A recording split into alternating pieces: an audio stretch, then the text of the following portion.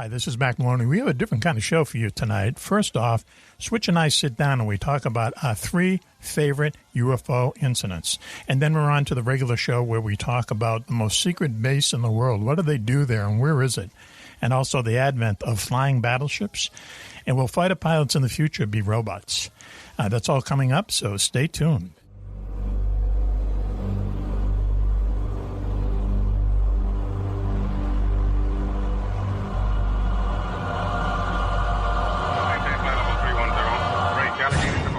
Right 30 degrees. Houston, Indianapolis Center, do you have any test operations restricted area 2508? Aries 31, roger. Traffic is quite luminous and is exhibiting some non-ballistic motion, over. Roger, Aries 31. Continue descent at your discretion, over. Okay, Center. The traffic is approaching head-on, ultra bright, and really moving. They're right by us right now. There are 1,000 UFO sightings reported around the world every month. 90% of these sightings can be explained, but 10% cannot. Officially and unofficially, the U.S. military has been investigating UFOs since 1947. Their top secret goal is to find out what's behind these unexplained sightings. The Pentagon classifies them as unusual airborne anomalies, but a better term is X-Files. Join us now as Mac, Wanwan, and Commander Cobra explore these unsolved cases, UFO incidents that baffle even the U.S. military. This is Mac Maloney's Military X-Files. And now, here's Mac Maloney. Welcome back, everyone, to Mac Maloney's Military X-Files show here on the Distant Thunder Radio Network.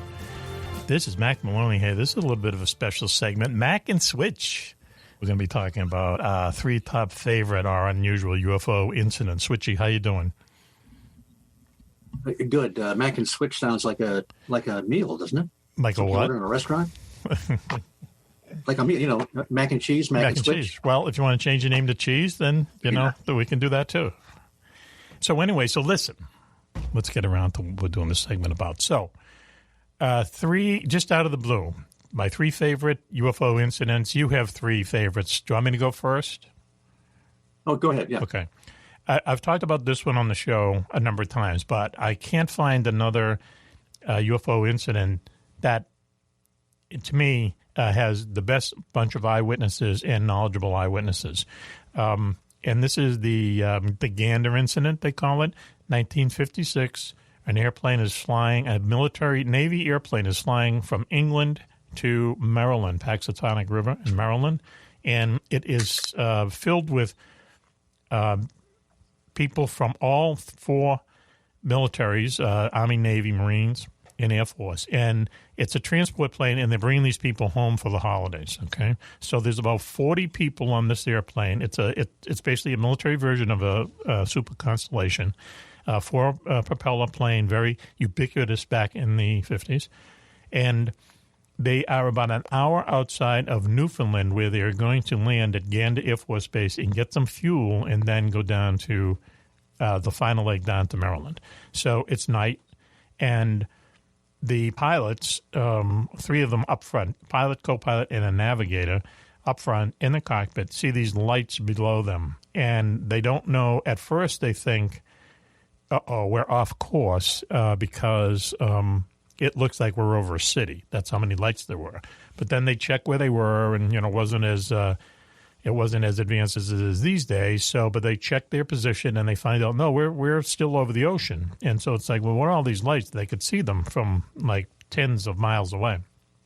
So they thought, well, maybe this is a gathering of ships. Maybe it might be some kind of a secret operation in the Atlantic, and we're seeing these ships, the lights of these ships. They didn't know. So anyway, by this time, they are almost over this scattering of lights on the ocean. And now in the back, with all this military personnel, there are up to 12 other people who are pilots, military pilots.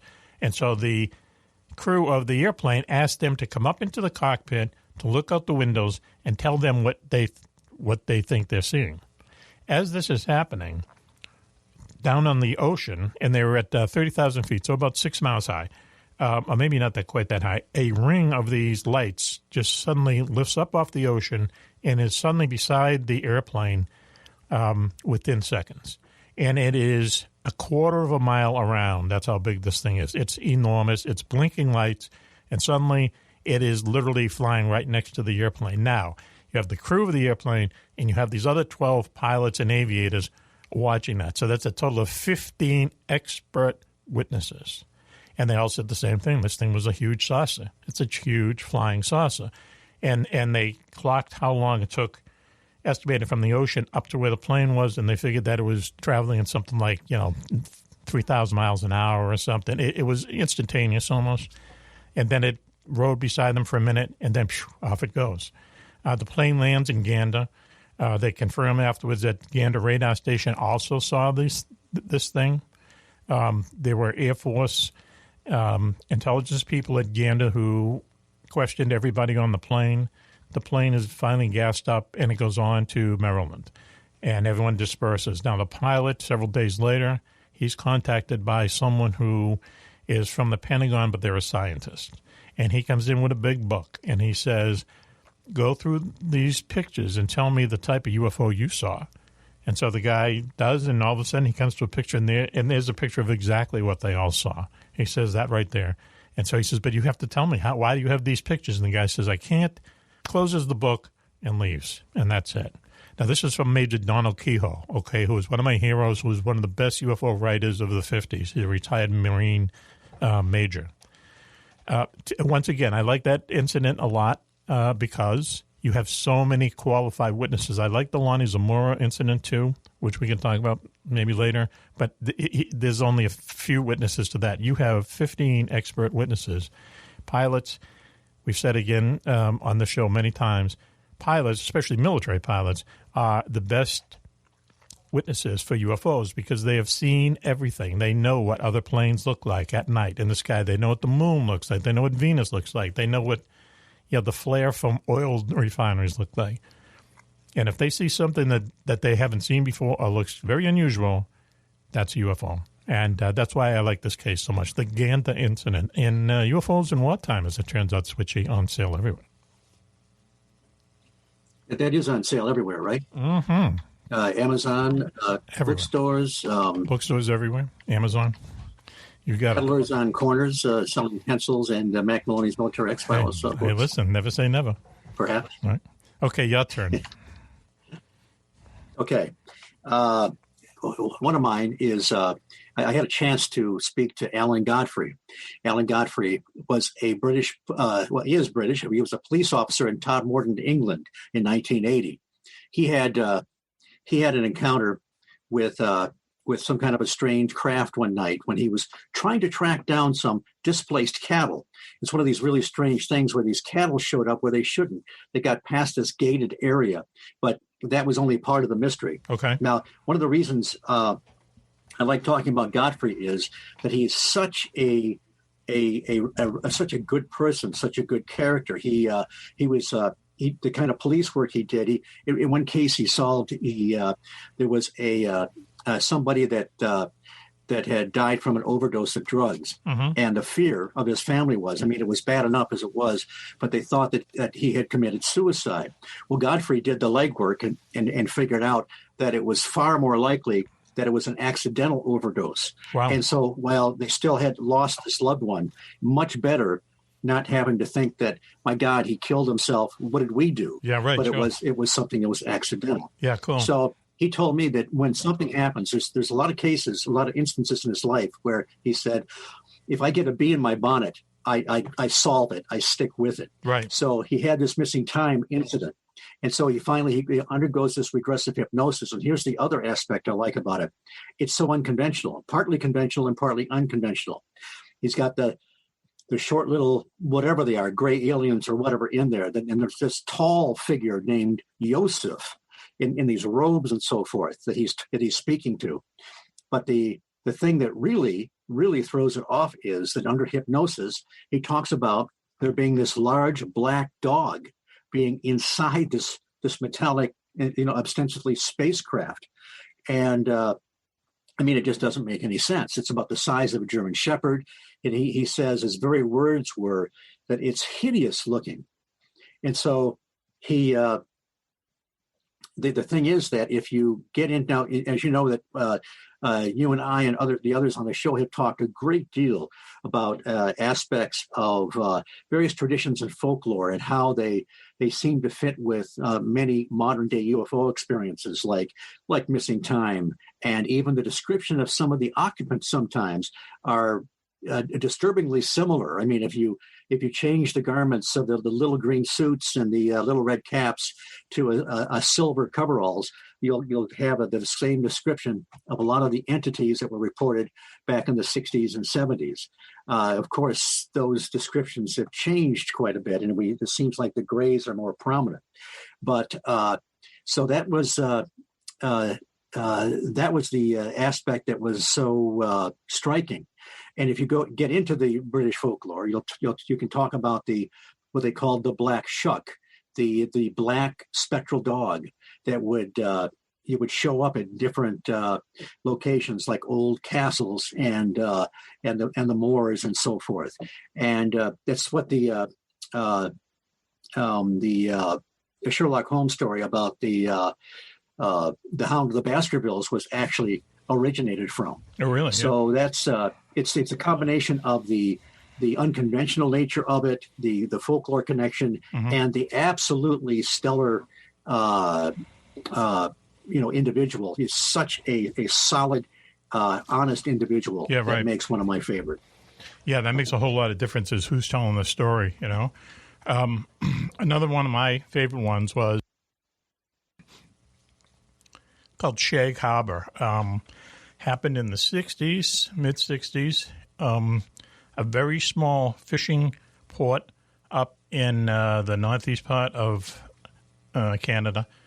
I think it's in Nova Scotia, Newfoundland.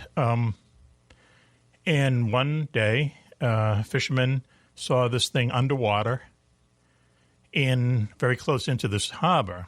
And they didn't know what it was. They thought at first it was a submarine, but it was disc-shaped.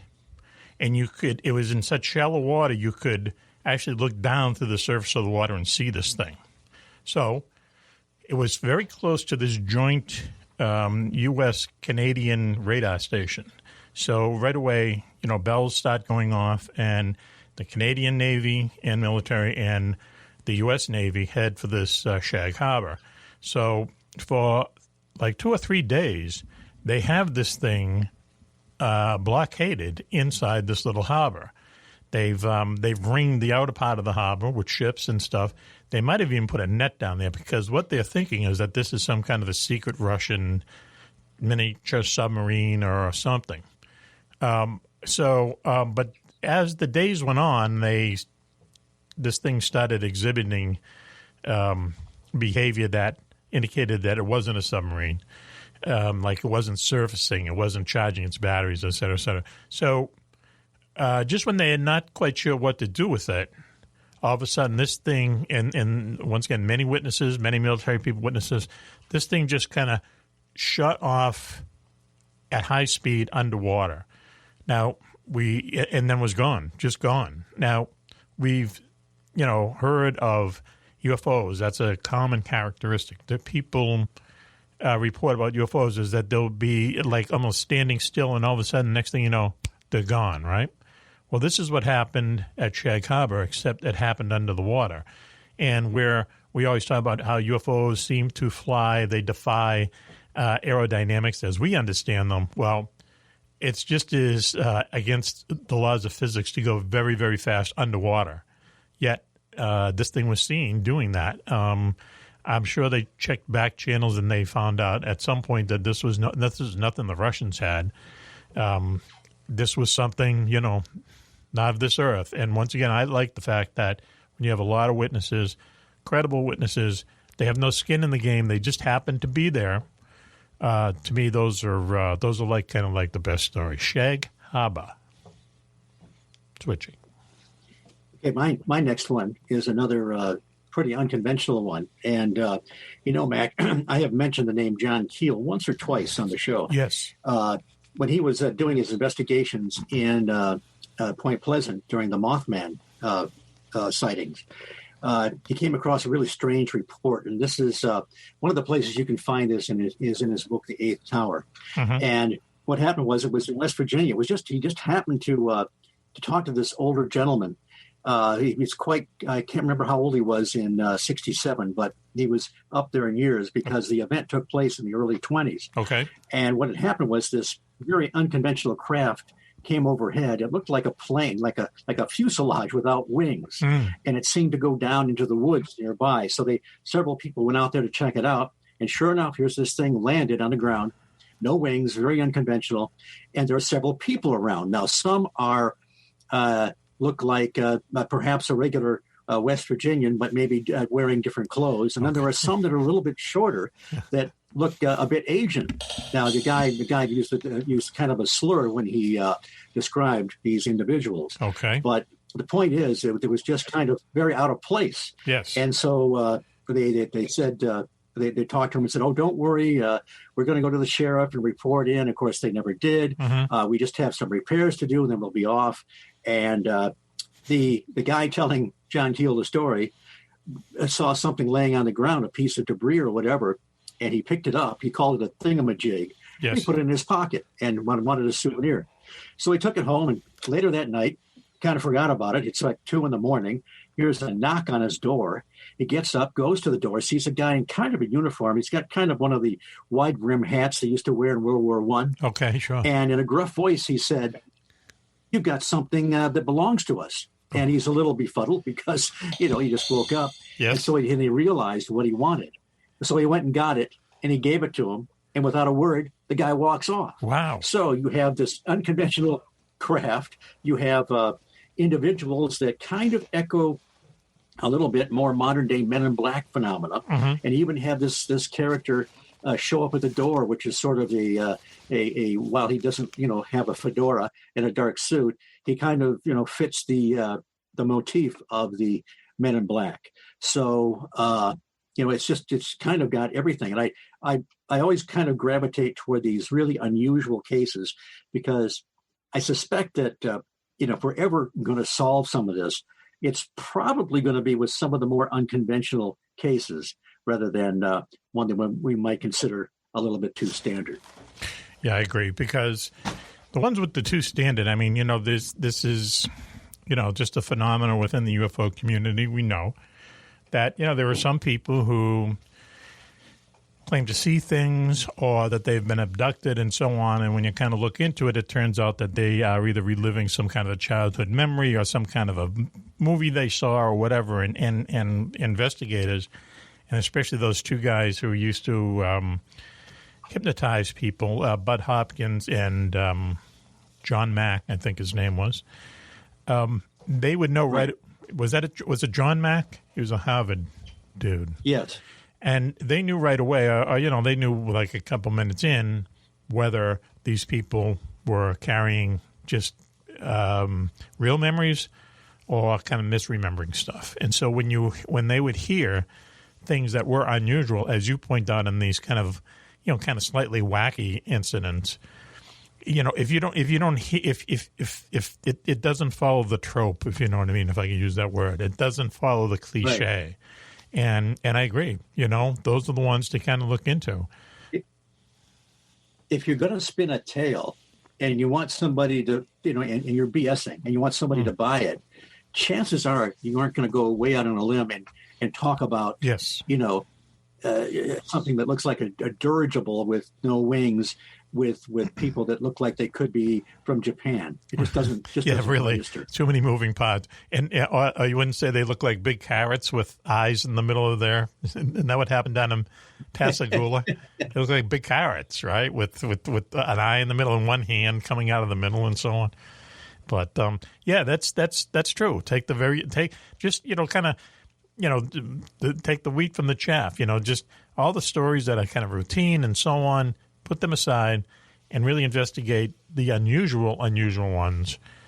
And you're right. I think you're not going to say, oh, by the way, there was a large, black, hideous-looking dog the size of a German Shepherd inside this spacecraft from Alpha Centauri. There you go. Right. Not going to do it. With the black-eyed kids, they're the slaves. So your turn for number 2. Is it my turn again? Yes, it is. Okay. And of course, one of my all-time favorites is Joe Symington, and what I like to call the cosmic pancakes from outer space. This is in the 60s. It's Eagle River, Wisconsin. And Joe Symington is a, he's a plumber by trade and a chicken farmer by hobby, I guess. Yeah, that's quite a hobby. But he sees this craft come down. There's this bizarre noise, and there's this craft. It's not terribly big, maybe 30, 40 feet long, like two plates on top of each other. It's hovering on the ground, doors open. He goes and he sees the individuals inside. Now, last time we talked about people that had that sort of an Asian countenance. These gentlemen, he said, looked like swarthy Italians. Whoa. Okay. And the thing about this story is that it's a head-on collision between what you might have called a classic UFO experience or encounter in the 60s with folklore. You've got they want water. Apparently, they hand him this jug. He goes and gets water from his well. Okay. They give him these things that look like pancakes. They're being cooked on a grill. I mean, what space? What? I'm assuming this isn't if they came from another planet, a solar system or whatever. They didn't travel in this thing. This is probably their little shuttlecraft. Yeah, right. Sure. But what are they doing? Taking up all this space with a flameless grill, and they want water from an external source. Cooking pancakes. Right. That's pretty bizarre. They're wearing coveralls. They fit the same description that some of the that John Keel and others were getting at the time of occupants. There was a general during World War II named General Spatz that in 1948 gave this press conference, and in part of it he said, "Look, there's no truth to the rumor that Spaniards are driving flying saucers. Apparently, people were seeing this kind of occupant, entity, pilot, or whatever in some of these craft." Wow! And I think it's pretty safe to say that Italy and Spain didn't have a secret space program you never back know. in the 40s, 50s, and 60s. It's a really good secret. Good secret. But General Spatz was in charge of. He was a big time. He's at the top of the heap of World War II general. Running the Ufos. He ran the Ufos. And then you find out, and Dr. Hynek investigates this. Everybody thinks that Joe is telling the truth as he knows it, even if it didn't really happen. They thought maybe he dreamed it. Now, I don't know how he dreamed up the pancakes, but they examine these things. Project Blue Book spends, taxpayers' money and finds out they don't have any salt in them. The same thing that there's so many elements that sound like the elementals or fairies of old. In fact, if this incident happened 100 or 200 years before, they would have said, well, Joe had an encounter with the fairies, even though they showed up in this strange metal chariot. Okay. They wouldn't even be thinking about other planets. So they actually had the water. What's that? They actually had the pancakes to examine? Yes. He got 3 of them. He said how badly he tasted one. He said they tasted like cardboard. Oh. And you can find on YouTube, you can find interviews with Joe where they asked him. He said, "Hey Joe, this crusty old guy that didn't seem to have much of an imagination. Sorry, Joe, I don't think he made this up. Yeah, but maybe he did dream it. I don't know. But he said, no, I would. Joe, would you go on a journey with these guys? Would you take a ride? No, the food was terrible. Oh, there you go. At least on airlines, you can get peanuts and a Coke. There you go. True. Used to be. Wow. So, okay.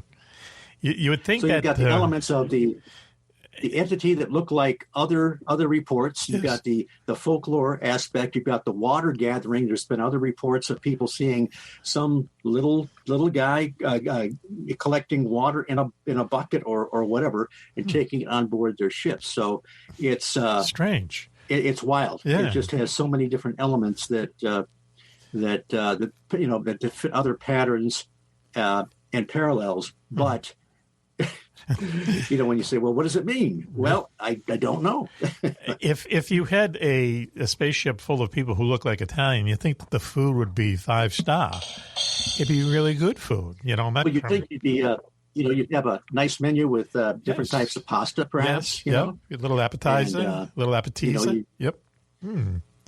Yeah. Yeah, a little ravioli, spaghetti, pancakes, no syrup, no butter. Gelato. Come on. Have gelato after the meal. Yeah, I know. Who eats pancakes without syrup? Syrup makes it, really. And then if you're going to concoct, it's 1960s, flying saucers is a common word. Yes. If you think, man, I'm going to make up a story so everybody makes fun of me. Let's see. I'll make a spaceship, pancakes, Italians. and water in a chalice. This doesn't. Yeah, Italians. Doesn't make any sense. No, really. Yeah, that's kind of odd when you think about it. It's almost too odd to be made up. I know. Let's see now. Number 3. So let this be a lesson. Yes. If we're going to spin a tale about some kind of an encounter, go ahead. Make it as weird as you possibly can. Well, you've been out with us after the show, and what kind of I do know. We're expert at that. My third. Let's see. Well, a lot of a number of number 3s, but strange as that sound. There was a time back, and this is more of a flap. We can say that in the late 60s, mid 60s through the 70s, the U.S. military, U.S. Air Force, built silos all over the middle part of the country to put ICBMs into the ground, and basically this is a nuclear deterrent if there was ever a nuclear war with Russia, China, whatever. These are the ICBMs that would take off. They basically fly up into space and then fall on Russia, right, or whatever the targets are. Now, they're mostly out like in the Great Plains. There's some in Colorado, but in South Dakota and North Dakota, out that way. They go all the way down to New Mexico. And there's probably, I'm going to guess, maybe a total of 100 silos, maybe more. A lot of them are remote controlled anyway. And they're always these vast distances between them. So starting in the 60s, mid-60s, and as they were building these things, all of a sudden they start getting lots and lots of UFO reports hovering over the construction sites and so on. Then they put the missiles in, and there are numerous instances where UFOs showed up. They would hover or just pass over one of these ICBM silos, shut off all the electricity, change the targeting, so on and so forth, things that we couldn't even do. Even our technicians couldn't do it without jumping through a lot of hoops. They're doing it instantaneously. This went on for years, and the Air Force kept it secret.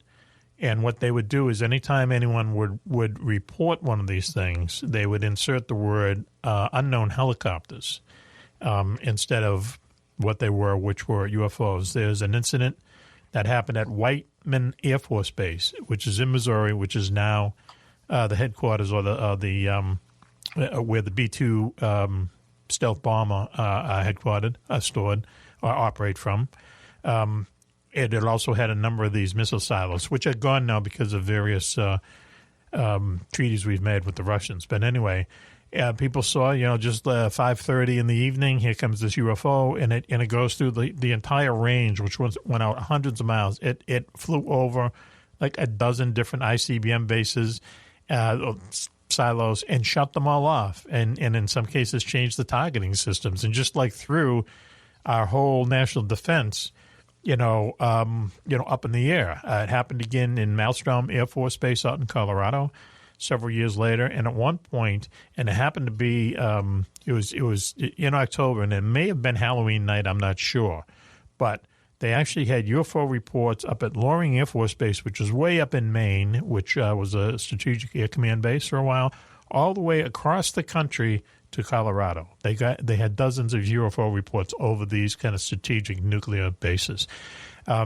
Parade magazine, which I'm sure is still around, but at the time, Parade was something, it was an authoritative voice, and if a story appeared in Parade, you knew that it had some substance to it. They actually did a story on what was going on. The Air Force kind of snowballed them or wouldn't give. They just gave them dribs and drabs of this, unknown helicopter stuff, dropped hints that they might be security drills and so on. And then Peter Jennings, we've mentioned him a number of times on the show. He did a special on prime time called UFOs, what are they or whatever, where he goes around and he takes 4 or 5 of the best, craziest UFO incidents, crazy in a way that, once again, so many people were witnessing them. people would see them eyewitnessing, but they'd also show up in radar, stuff like that. And he really did a really, really good job. And he talked about this particular thing about these wave of UFO sightings over our ICBM bases and shutting off our ICBMs. I mean, I'm sure that they tried to, they were looking at it as this has to be the Russians, this has to be the Chinese or somebody, but they quickly came to the conclusion that it wasn't. Similar thing happened when a Russian ICBM base in the Ukraine, where they came very close to launching their missiles at the U.S. because something had shut off something in their nuclear missile system. So the thing about this is, and I always come to this conclusion, there's been books written about this. There's a chapter in UFOs in Wartime about it, on sale everywhere. And but the unusual thing about it is it really seems as if something is telling us, we know you have nuclear weapons, but we want you to know we can turn them off. And we can retarget them, and we have this power. So, just keep that in mind. And it's an interesting aspect for people who would like to think that whatever aliens are, they're these benevolent beings, they're angels, they're going to come down and save us from ourselves, and et cetera, et cetera. We've heard that before. There's a little bit of, there's something to this. If they're telling us we can, turn off your nuclear missiles, retarget them. Retarget them is a very dangerous thing. Something's going on, As long as they turn them all off. But there's little doubt that these incidents happened, right? I mean, that's something that should give the most hardened skeptic, establishment media type pause. Right. But it's still, if they even are aware of it, it's completely ignored. Right. It's something, I guess it's too unconventional, would make them too uncomfortable to have to deal with it. And so they still will have that silly little joke at the end of some of their newscasts about the guy that saw the flying saucer go over the town. Yes, right, sure. Yep. I mean, the day I saw the Tic Tac video first broadcast on ABC, once it was over, one of the news bimbos said, I thought it looked like the Millennium Falcon to me. Everyone laughs. And, that's when the Walt Disney's first Star Wars movie came out that week. Walt Disney owns ABC, connect the dots. But it's that ridicule factor is something that was put in place by the CIA early in the 50s, and it's still true today, that if you say that you've seen something weird, a lot of people are going to think that you're weird, So, okay, Switchy, number 3 for you. I already did it. Oh, you did? Okay, wow. We did. That's right. Yeah, remember we did, I kind of did 2 back-to-back. So that's why I was confused. We kept the listeners kind of, unbalanced, so you just never know what's going to happen on Mac Maloney's Military X-Files. Right.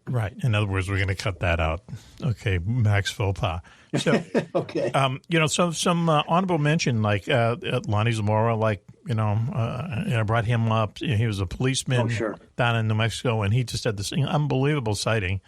Once again, as someone who is just not the type of person who would make it up. I mean, I've seen interviews with him, and this guy, no way is this guy going to be, telling some kind of a fantastic story. And there's a whole story that came, from that.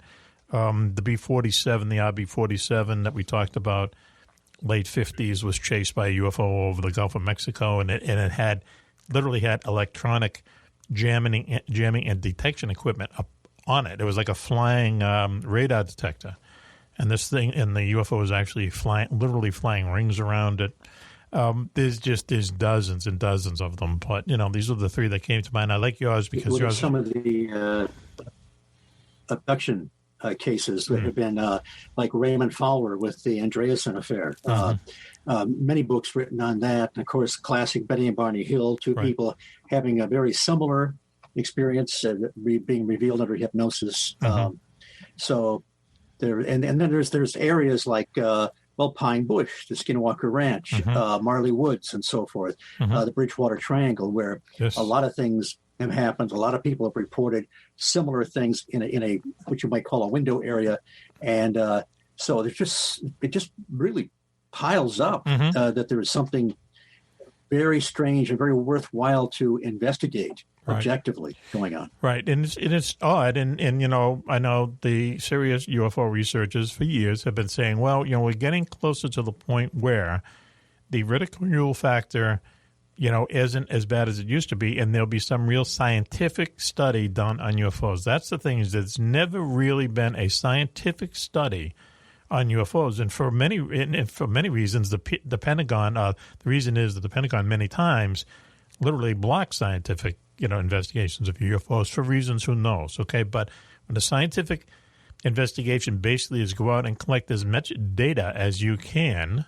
Okay, and then you have to try to replicate whatever you're theorizing about, and then you write the paper, and then that paper has to be written and approved by a jury of your peers, which is other scientists, which they're not going to be kind to you if you don't cross every T and dot every I, So a lot of legitimate scientists, they don't want to face that. They don't want to go over that hurdle, and that's why I've said before on the show that there's a good chance, I hate to say it, but there's a good chance that the secret to UFOs are not going to be discovered by a U.S. scientist, or us, USA.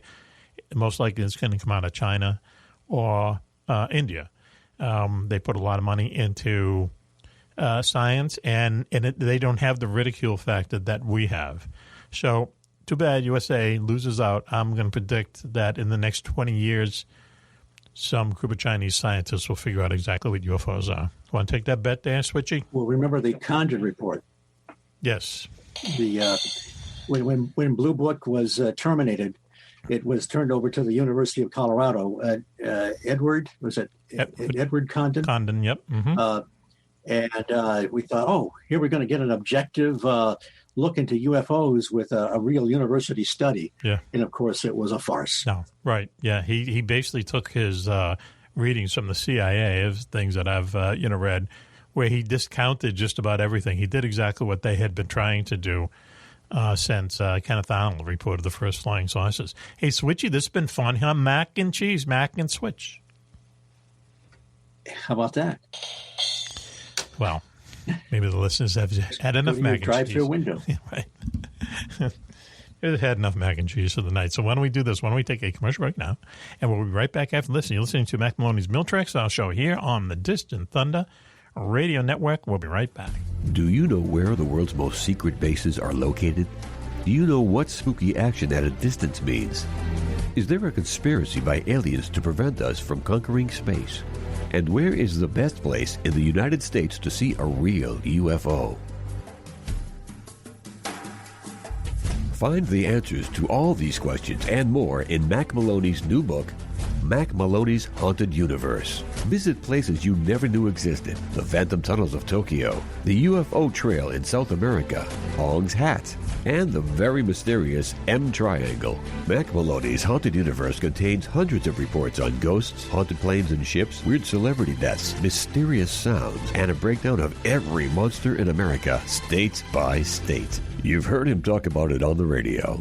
Now, get all of Mac's paranormal research in one large volume. Mac Maloney's Haunted Universe, with a foreword by the very famous Wan Wan. On sale now in your local bookstore or on Amazon.com. And I just kept going on and on about myself. I'm taking a leak in the driveway. He says, I know you like to talk to total stranger. The story's got nothing to do with the Bruins game. It's what happened with Grandma. I was wondering if those were sadomasochism straps or something. But I digress. From what, I don't know. Get into the beautiful mind of Wan Wan, only on the Mac Maloney Military X-Files Show.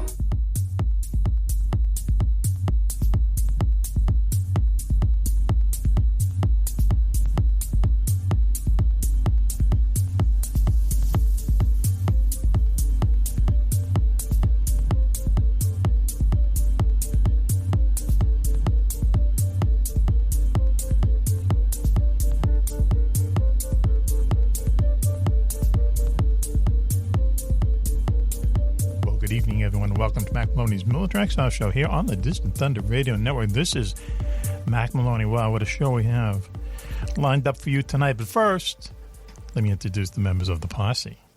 Girls, get ready. Sit down. Maybe put a pillow underneath you. How about That's that? good. Yeah, that's a nice little style. off script. Yeah. Okay. A pillow. A Get your soft mister, pillow. get your fan, get your big box of cleaners, and your little pack of wipes because the very famous Juan is here. Hello, Mac. How's it going tonight? Hello, girls. Welcome to the show. So glad you're here tonight. They bring a lot of interest and emails to the show. They're out there. They don't always write, but when they do, they crack me up. Well, they shoot from the hip, don't they? They do. They give me up. goosebumps sometimes. Well, is that what you call? Yeah. Anyway, speaking of goosebumps, up there in the Great White North and his compound / bunker is Commander Cobra. Cece, how you doing? As always, Mac, it's a pleasure and a privilege to be on the wing. And Storm and Rain, the two geese of the Wolf's Moon Farm, say hello. A special hello to the Juan geese. A special hello. Oh, I love the Juan geese. Juan. Really? Okay. All right. I didn't know what their names were. Storm and Drain? Storm and Drain. Sounds like a detective duel. Storm and Rain. Oh, Storm and and Rain. Rain. Oh, Wow. It's Geese. Storm Cloud and Rain Cloud. Geese is so cool. There you go. We got chickens now in the yard. Chickens. We got 5 chickens. They're not even our chickens. Are they yours? Wow. They're from 2 houses down the street. Really? Yeah. And I've been sending out texts. Why do the chickens cross the road to eat all my stuff No one got it. that I Okay. throw out for the other birds? Can I just say one thing, though? Have you ever seen chickens the size of the chickens at Coco's? I mean, they're like small children, right? With those big boots on them. He feeds all his animals Miracle Grow. I mean, really, yeah, or something. Anyway, speaking of mixed in with the oats. I see one of those chickens. I see tomorrow's chicken Parmesan sub. Oh, Hey, listen, man. up there, speaking of food, up there in the Bowl of Flakes, Battle Creek, Michigan, the Battle Creek of the Republic, is our national correspondent, Switchblade Steve Ward. Switchy. Great to be here. And Mac, I don't have an ego, but I noticed how I got mentioned in several of those emails that Club reported on. Right. Yes. Okay. In a former show. Yeah. I couldn't help but notice. Okay. Is that, and so what are you just pointing that out for raise purposes or what? I just Glowing thought in case, commentary. I don't know if people are paying attention. I just thought underscore it. Well, they write a lot about you. But, I don't have an ego. Right. Okay. We hear from your lawyer every week telling us that. Yes. Okay. So Telling us to plug his show at least 5 times a show. just because he has no ego. Speaking of security, and he's looking kind of tough tonight, I have to say. Even that jack-o'-lantern looks a little shady. Is our security chief, Willy Clubb, beautiful Methuen, Massachusetts. Mac, hi everyone. How you doing there, Willie? Hey, Club. I couldn't wait to talk. I'm just so built up tonight. I don't know what it is. Really? Yeah. Ready to go. Okay, ready to go. Yeah. Okay, super Are there duper. any fireworks in that jack-o'-lantern? I don't know what's in that. There's a jack-o'-lantern. I'm not going to tell you, but it's making me ready to go. If you see that jack-o'-lantern by your mailbox, don't go near it. If it has a fuse on it. Why what are we accusing him of being a mail bomber? All of a sudden, where'd that come from? Yikes. Nice. Wasn't that in Howie Carr's book? Oh, is it really? Yeah. Oh, boy. Yeah. Really inside. Anyway, so we have a number of things to talk about tonight. Hopefully we'll remember what they are. But I have to say one thing. Okay, first of all, now that everyone has been introduced, 2 shows ago we had on famous Hollywood writer Gary Olson. This is the show that you missed because your secret weapon there, JJ, Secret Mission. Yeah. Okay. Yep. In the course of that, I'm sorry I missed it because I love Gary we're Olson. sorry you missed it too. It's nothing. It's not the same. I'm going to get this wire out of your come way. See, it's not the same without JJ. I've said that. I'm going to get some tie wraps and tie wrap that wire out of the way. Because there's always a chance you'll pick up a check afterwards, so it's 50-50, so why not? Anyway, listen. Sorry. Yep. A huge check, I might add. So, no, really, huh? So anyway, okay. So now they do a movie, and I wish I could remember the movie. It was Independence Day. Right. Okay. And they made 1 and 2. Switchy might know more about this than me. And they approached a famous Hollywood director to do 3, number 3. What? And what famous Hollywood director would it be? And let me give you a hint, okay? There'd be a lot of space boots in it. You know what I mean? I can't believe it. I can't believe it doesn't know. Space boots, you said? There'd be a lot of shots of space boots walking. Quentin Tarantino? Yes. No way. Yes. Was it Independence Day, Switchy? Do you know? It was so long ago. No, I don't know. I didn't even know there was a part 2. And he turned. Yeah, I did too. And he turned it down. Imagine him. Imagine that guy with like a $300 million budget. He'd be insane. Who asked him to do it? Oh, who knows? I don't know. Out there on the bulletin board saying, anybody want to do this? No, it was in the history when I was researching the movies. Really? You know? Yeah. I'm not sure about the movie, but it was a big sci-fi movie, and they actually went to him, and he actually turned them down. Wow. Which is, I thought you'd go ballistic because you're such a big Q-tip fan. Yeah, I'd like to see it, but, he's his own guy. He's not going to say... That's the problem. He just, he doesn't need any movie suggestions from... and then why a reboot? Why a reboot? He's original. That's the problem. As original as they come. Why do you want to do a reboot or and then be compared to the original? And screw that. Can I ask you a film school question? Yeah, do. Okay. Who cares if he's original? Who cares? Well, he's not, technically speaking, because he borrows so much style, technique, and even in shots. Borrowed. Yeah.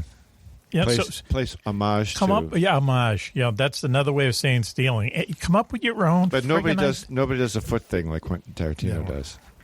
Depends on whose foot it is. That actress, the young teenage actress in Hollywood, once upon a time in Hollywood, she says she really wasn't too keen on having her feet shot close up. Really? Because she didn't think she has nice feet. Oh. But funny part about it, her feet aren't to write home about. She knows it. She admits it, but she wanted to do the shot anyway. Wow. Why don't they have stunt feet? Why not have stunt feet? I was thinking the same thing, but they're definitely her feet. Huh. Up against the windshield in one of these shots with Brad Pitt. They could get Rex Ryan's wife. Here we go. It's amazing to me in the age of showing everything, including full frontal, that someone would be hung up about their feet. About their feet. She is. Her feet were not. She wasn't proud of her feet. Let's put it that way. See, it's. And I haven't seen a foot I didn't like myself, but I thought her feet were. Wow. Okay. That we're so. Women abuse their feet anyway because of the stupid footwear they wear. It's 6 feet for several reasons. Yeah. Do you want to elaborate on that, or you want to save it for another show? Well, I think her feet. I forget the actress's name. It's very young. Who played Sharon? No, not the Sharon Tate character. Oh, the hippie girl. The hippie girl. Yeah. Her name was Pussy. 1850 down the drain. Thank you. Shouldn't be. Yeah. Okay. All right. Clubb, it's nice that you're here tonight to hear this conversation so that you can be prepared for the incoming mail. That's right. Yeah, hang on. Okay. She said that she wasn't keen about having her feet shot that close, but then she said, you know what, might be a cool idea. So she went with it. And so what happened? It looks good. You rate the feet? Of all the foot shots in Once Upon a Time in Hollywood, that was one of the better ones. And there are many. Yeah, there's many. There's Margot Robbie as Sharon Tate with her feet up on the movie chair in front of her. Yeah. Okay. Listen. Look at. Hey, you into feet? Are those feet real or are they CGI? That's the question that's coming now. Can I just say something? No, they're real, definitely. He doesn't CGI anything. Oh, that's another problem. Now listen. Let me just say this to you, okay? And then we'll go on to UFO stuff, okay? If the guy is into feet, which it sounds like he is. Why does he have to impress that on us? I don't know, to be honest with you. That'd be a good question. Somebody should ask him on the red carpet. Well, he's doing it. It's look at me. It's look at me. You know what I mean? It's look at me. Look at me. It's his thing, his trademark. I don't know. For what? I mean, Alfred Hitchcock appeared in most of his movies as walk-ons. Right. Okay. And walking into his shadow. No. In the movies, he would come in. He's a butler, or he's in a cab. In the Birds, he's walking out of a store with 2 dogs. Right. Yeah. And he comes out of a cab and a car. He's always in the movies. Yeah. And people go, "Wow, isn't that great?" That's funny. Well, the reason he did it is so everyone's looking for him. You know, I mean, talk about ego. That's what he used to do. And the same thing with Q-Tip. You know, he wants everyone to know he has a foot fetish. Who cares? Is that just me? Yeah, I think it's who cares, but I get a kick out of when he does some walk-ons I also like to add himself. that Michael Bay does the same thing at Hitchcock. he usually shoots a scene in all his movies. Who? Quentin. Who? Michael Bay. Oh, Michael Bay. Michael Bay. Oh, Michael Coco's friend. Bay. Yeah, Coco's friend. Right. What's he really like? Stan Lee got into a lot of his Marvel movies. He just did a comic book writer. He just did a commercial for Abu Dhabi that they showed on the football games. It looks like a movie trailer. Have you seen that? No, I haven't. Wow. It had to be. I can't even put a dollar figure on it. It's like an opening to a movie, an action movie, yeah. And it's all about Abu Dhabi and all the crazy stuff they have there. They have islands. They built islands in the shape of a palm tree and stuff. And you can ski in Abu Dhabi, can't you? They have a ski lodge. Yep. Real snow and everything. Yeah. Crazy. It's 150 in the shade. They get real snow going on. Man, same place they have camel races that a lot of people bet on. It turns out. Anyway. So, Q-tip. Is that all you're going to say? We got 20 minutes to burn. I love Quentin Tarantino. I like it when he does do a walk on, or he's a real character in the movie. Okay. All right. I don't think it's your place to call attention to yourself, especially when someone is giving you millions and millions of dollars to. Well, it's not like he comes up with a movie every year. He's not like the richest director on the planet. He's doing okay, and I think his next movie might be his last one. I mean, really? They were talking about Hollywood might be his last movie. Really? What happened? I mean, there's so many years between movies. Oh, all right. And that's what, like when Hateful Eight was being one of the worst. Oh man, One of the worst. I drove all the way to Somerville, to the Somerville You're Theater. insane. Why? First of all, why are you driving to Somerville? Because they showed the movie in however millimeter it was. What also is it, inside. 70 millimeter? Yeah. Okay. With the handing out the program. With all the, really? Have you seen the program? I'll have to bring it in one of these days. Where did you? Did you get your car? Was your car? Full color program. Mm-hmm. Was your car stolen? It was in the parking, the post office parking slot that is assigned to me, actually. Oh, really? Because my cousin is the head of the union of the postal workers. Wow! I got my own parking slot. It's a slot reserved for a post office employee who doesn't have a car. Oh, really? I saw that got Clubb's attention. PO Union. Boston Postal Workers Union. Club knows him. Local 100. Yep. And he's a customer union. of mine. They're the union that handles all grievances for the post office? For the Boston local. Wow. Boston local. All the grievances. Yeah. Yeah, interesting. Okay. APWU Local 100. Mm-hmm. Yeah. So that's it? Yeah, that's your defense of QT? He might retire? He might. It would scare the hell out of me because he's got plenty of work left in his brain, Wow. Yeah, he's got plenty of stuff going on. Amazing. So anyway, okay. Thank you. 9 minutes and 19 seconds. I didn't think I was doing a segment. There you go. I'm my favorite director of all time. So, wow. But wait a minute. I sent you an email about Once Upon a Time in America. Go ahead. I can't believe I've never seen that movie until a couple of weeks ago. That's a good movie. 3 hours and 49 minutes. It was riveting. I couldn't even get up for a snack. Sergio Leone. There's an intermission. Was that a Western movie? Was that the Western? It's no. Jewish gangsters in America, right? Yeah, Jewish gangsters in America. All right. But that's right. Yeah. Once Upon a Time in the West. Yeah.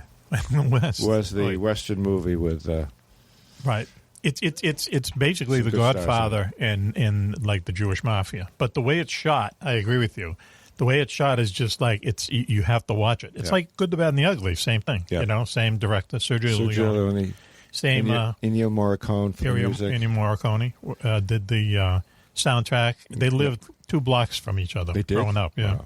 Yep. And if you're a soundtrack buff, like I know I am, Switchy is, everyone is really. Ennio Morricone, I guess as you said. Any soundtrack he does, just listen to it a couple times and you're hooked. It's amazing. Yep. And then go see the movie. And who did Quentin Tarantino hire for a couple of his movies? Not him. Did he? Yeah. He returned the check, I can guarantee. Anyway, let's go. Yeah. Hateful Eight was one of them. Hateful Eight. I don't want to get into biz talk, but you know what Hateful Eight is? It's a bubble episode, okay? And that's what you make when you have no money left, is you put the same people inside a room. And that was like 8 people are in a hot... Right, you have one set. In a blizzard or something. One set. You have the stagecoach going to the haberdashery, and that's the set piece, the location of the rest of the movie. Really? It's amazing. Very dialogue-driven, as they say. Oh, that's why the crickets are... Okay, listen. Nobody likes sometimes bottle episodes can work really well. There's not, but usually... So that's a real term, a bottle episode? Right. It's usually on TV, but I know there were You're on the bottle when you do the episode? No, everyone's in a bottle. It's like 10 Angry Men is the perfect bottle episode. All right. 12 Angry Men, maybe. 12 Angry Men. Well, 2 of them went out for lunch. They went and flew for sandwiches. Screwed up the whole thing, right. Anyway. They weren't angry. There was 2 guys that were happy. They were happy, right. Yes, they weren't all angry. That voice you hear is Coco, and hopefully we're going to talk about something there. Cece, what do you have? Anything good? Well, Mac, we're always talking about new breakout weapon systems, secret weapon systems. Yes. This is kind of like an open secret. It's interesting why it was discussed, but we have a new series of aircraft. Famously, you probably remember the Century series from the Wingman series. Yes. Some of those planes actually make appearances in your books. On Shield Everyone. And they were called that because they were all in the 100 category, F-100, F-102, 105, 106.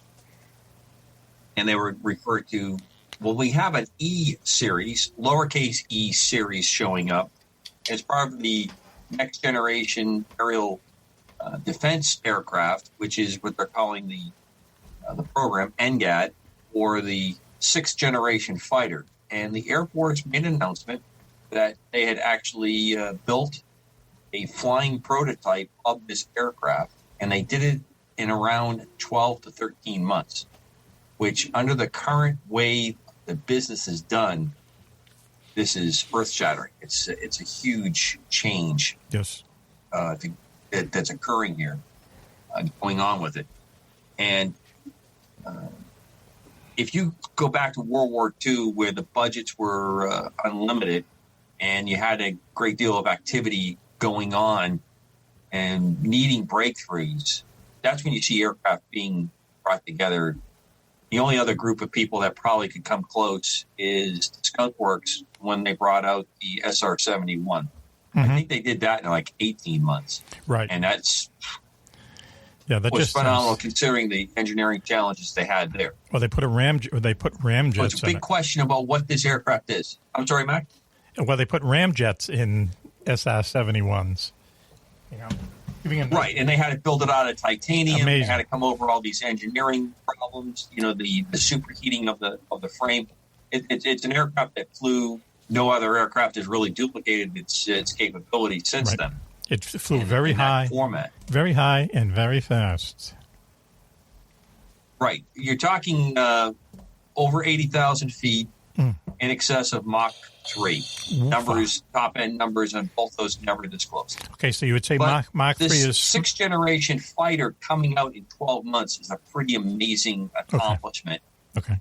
Even if they did cobble parts and pieces from other airplanes, that's not uncommon to take the landing gear or the flight control system off another aircraft, put it together, especially when you're building a flying prototype. Right.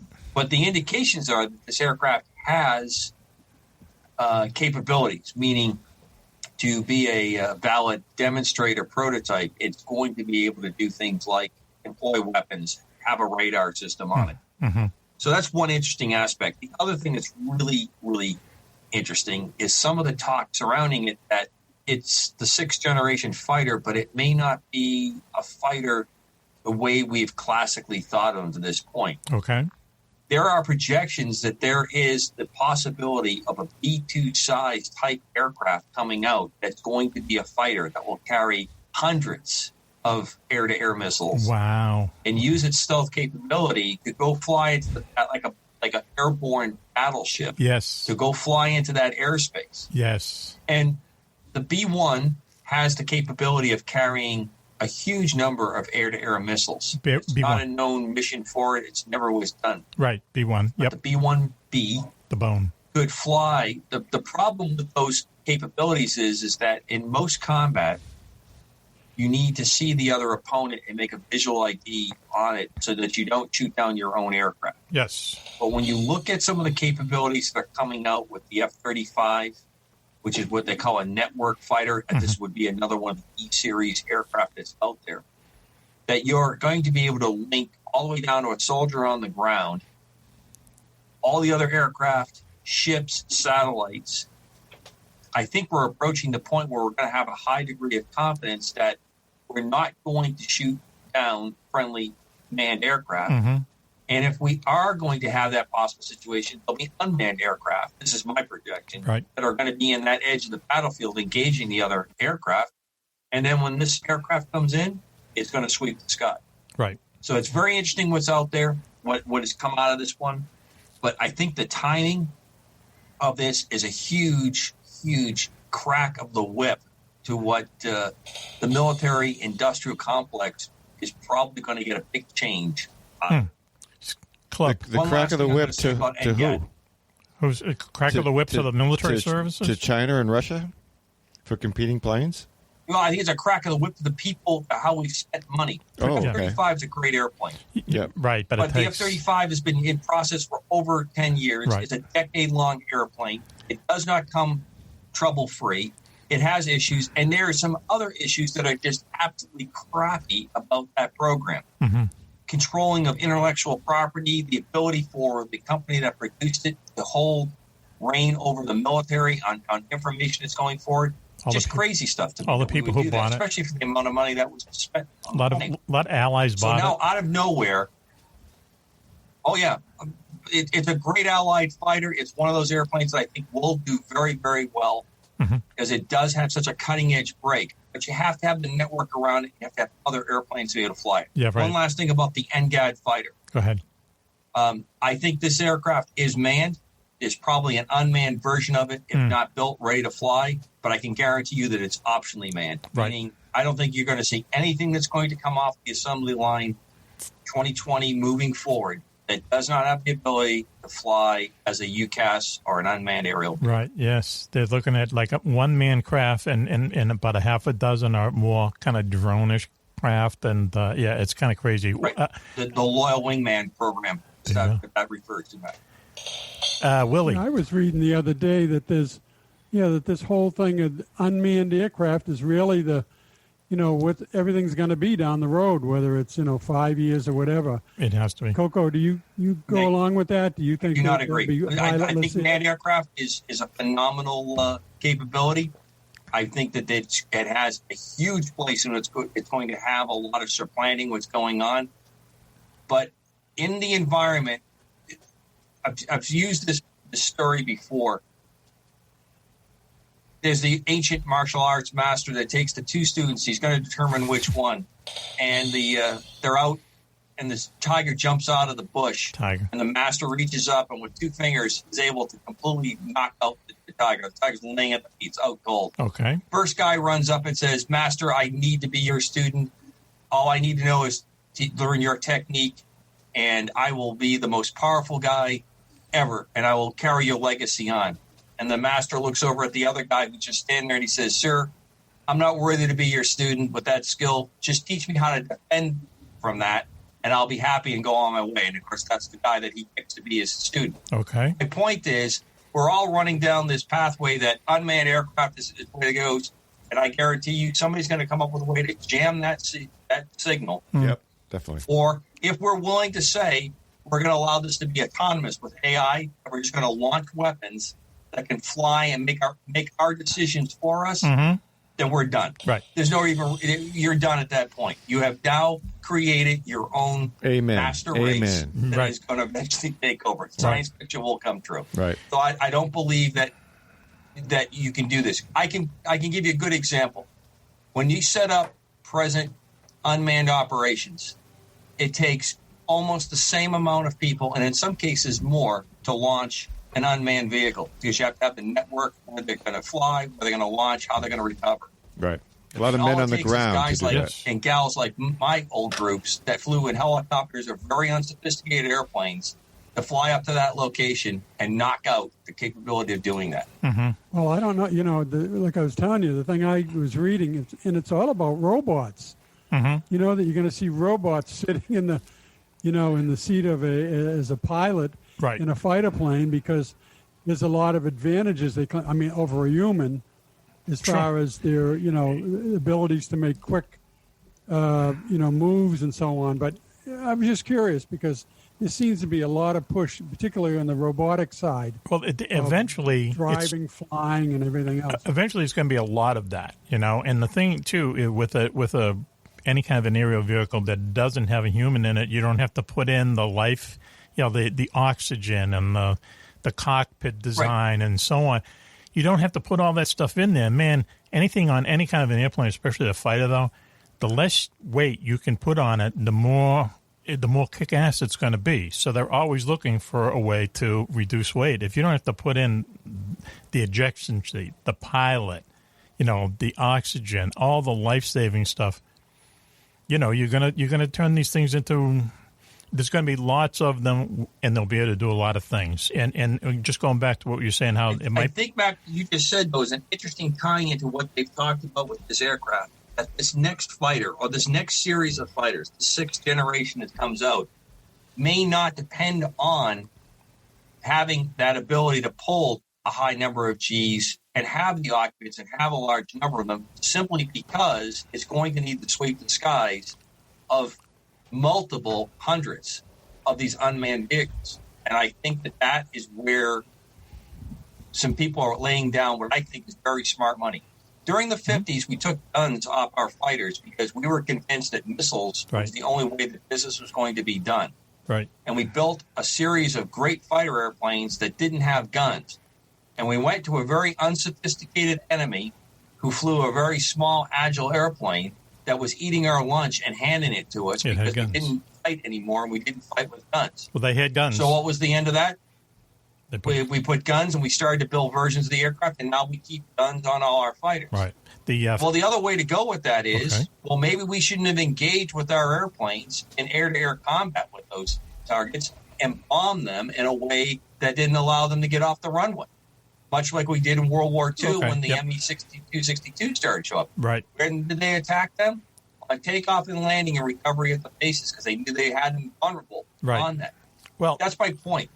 I think the thing that's really celebratory of this is we broke this cycle of a 10 to 15-year cycle from the time that the aircraft was conceived to the time that it showed up on the ramp to go forward. Okay. And I think it's amazing, an absolutely amazing story that's to be told. What's the timeline? About how this aircraft came to be. What is the timeline? So when will we see it?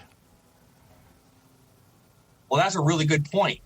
To me, the fact that they announced it is in itself is a show onto its own. Why would you make this announcement unless you're trying to rattle the cages of people that are producing weapon systems in our country right now?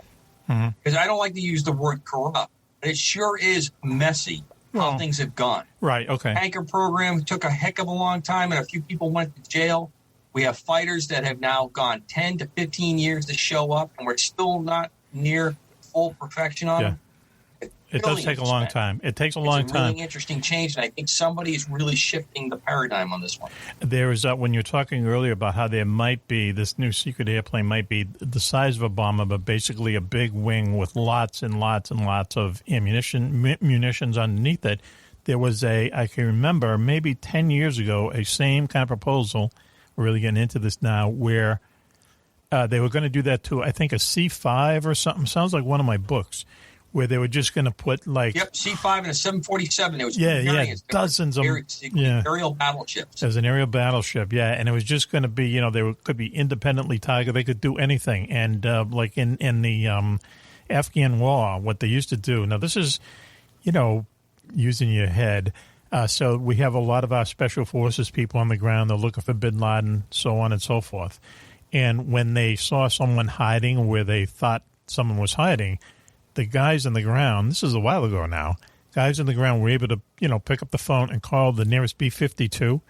And the B-52 would come over and they had these independently targeted 2,000-pound bombs, and it was just like, boom. Call in the airstrike.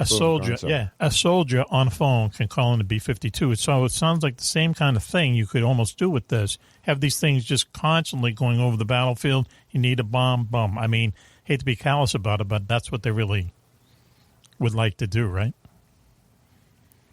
Yeah, that application now, it sounds like we're going to approach for the air-to-air portion. Oh, air-to-air, okay. So it's not uncommon for a B-1 or a B-52, as you said, to be in station. Mm-hmm. A JTAC, Joint Terminal Air Controller, that's assigned to the Army units or Special Forces units, has the skill set to call that in. Maybe they'll laze the target. They may do it by strictly by coordinates because they'll determine the coordinates. Mm-hmm. And usually the coordinates, as well as terrain, will tell you what size weapon you want to deploy. I mean, if it's a cave, you're going to look for something that's going to have a good penetration and have the ability to bring the house down. If somebody's out in the open, there we go. It's going to be different. If somebody's out in the open, you might be able to use a smaller munition. Right. And the small diameter bomb was created just for that reason. If you're in an urban area and they all run into one building, you want to minimize the collateral damage. Mm-hmm. So a very precise strike occurs onto that one building. And this goes back to previous shows where we've talked about the 117, really a key pioneering of an aircraft that could self-deploy its own designation system. Mm-hmm. Really hasn't been done since then. Right. Yeah, and a lot of parts from the F-15, which is a great fighter, actually are in the F-117. They used, as you say, you use the landing gear from them and this and when you look at a stealth fighter, real quick, and how they flew in secret for 10 years, I don't know if you thought about it, but they had different kind of communication systems to make it look like they were A-7 attack planes from Vietnam anyway. So, and they kept that up. Everyone kept that a secret for 10 years. But the coolest story about it, and I read Ben Rich's book, and Ben Rich took over the Skunk Works after Kelly Johnson retired or passed away or whatever. And he was there the day that they're going to give the big test to the stealth fighter. They've put millions of dollars into this. It's a big, big, big gamble. They're out in the middle of the desert, and they have a portable radar station. And the thing is going to come in from the north and go right over them. So their eyes are glued on the radar, scope. And all of a sudden, here comes this blip. And they go, oh, we can't believe it. A blip? It was the chase plane. Oh, okay. It was the photo plane. The stealth did not show up on the radar. Wow. And they said, phew. Okay. And that's, really, it was a Russian person's theory and math and stuff, but they're the ones who put it to use. And when you look at it now, it's an old technology. It's kind of funny because the stealth fighters, in quotes, as you were saying, have been retired, but not really. But it's the radar deflecting is one part of it, but it's also the paint, different kinds of radio communications that are being jammed and stuff. So it's part of a system. There's no doubt about it. But a great airplane that... Well, they wouldn't even make a radio call. Is that how they did it? When they were flying. They wouldn't even transmit so that they would even minimize the fact that you would track them by their radio. They would only receive, and they would go, and they had some other ways of communicating. But when they launched on their missions to go to one spot. Mm-hmm. If it wasn't correct, or if they were told to go to the next one, they'd head off to the next one. They always flew at night. Three guys that flew them, and they all said it was an incredible airplane. But it also had a very unique aspect as well. You would think typically for the Air Force that it would just be lavished in its facilities and everything. And it really wasn't. They were really kind of expeditionary before that was a thing in the Air Force. Well, built like because it was so secretive. They just kept everything so absolutely below the wrapper all the time. Yeah, it was pretty interesting. Now, let me ask you a real nerd question, if you don't mind, and I hope our audience likes jet fighter talk.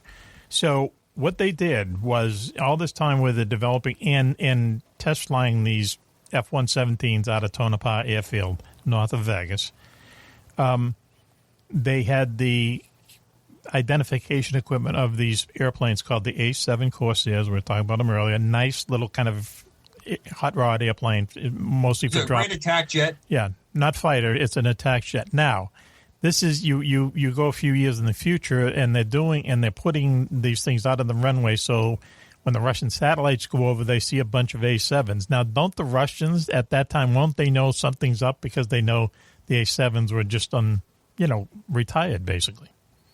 Is that just sticking your finger at the Russians?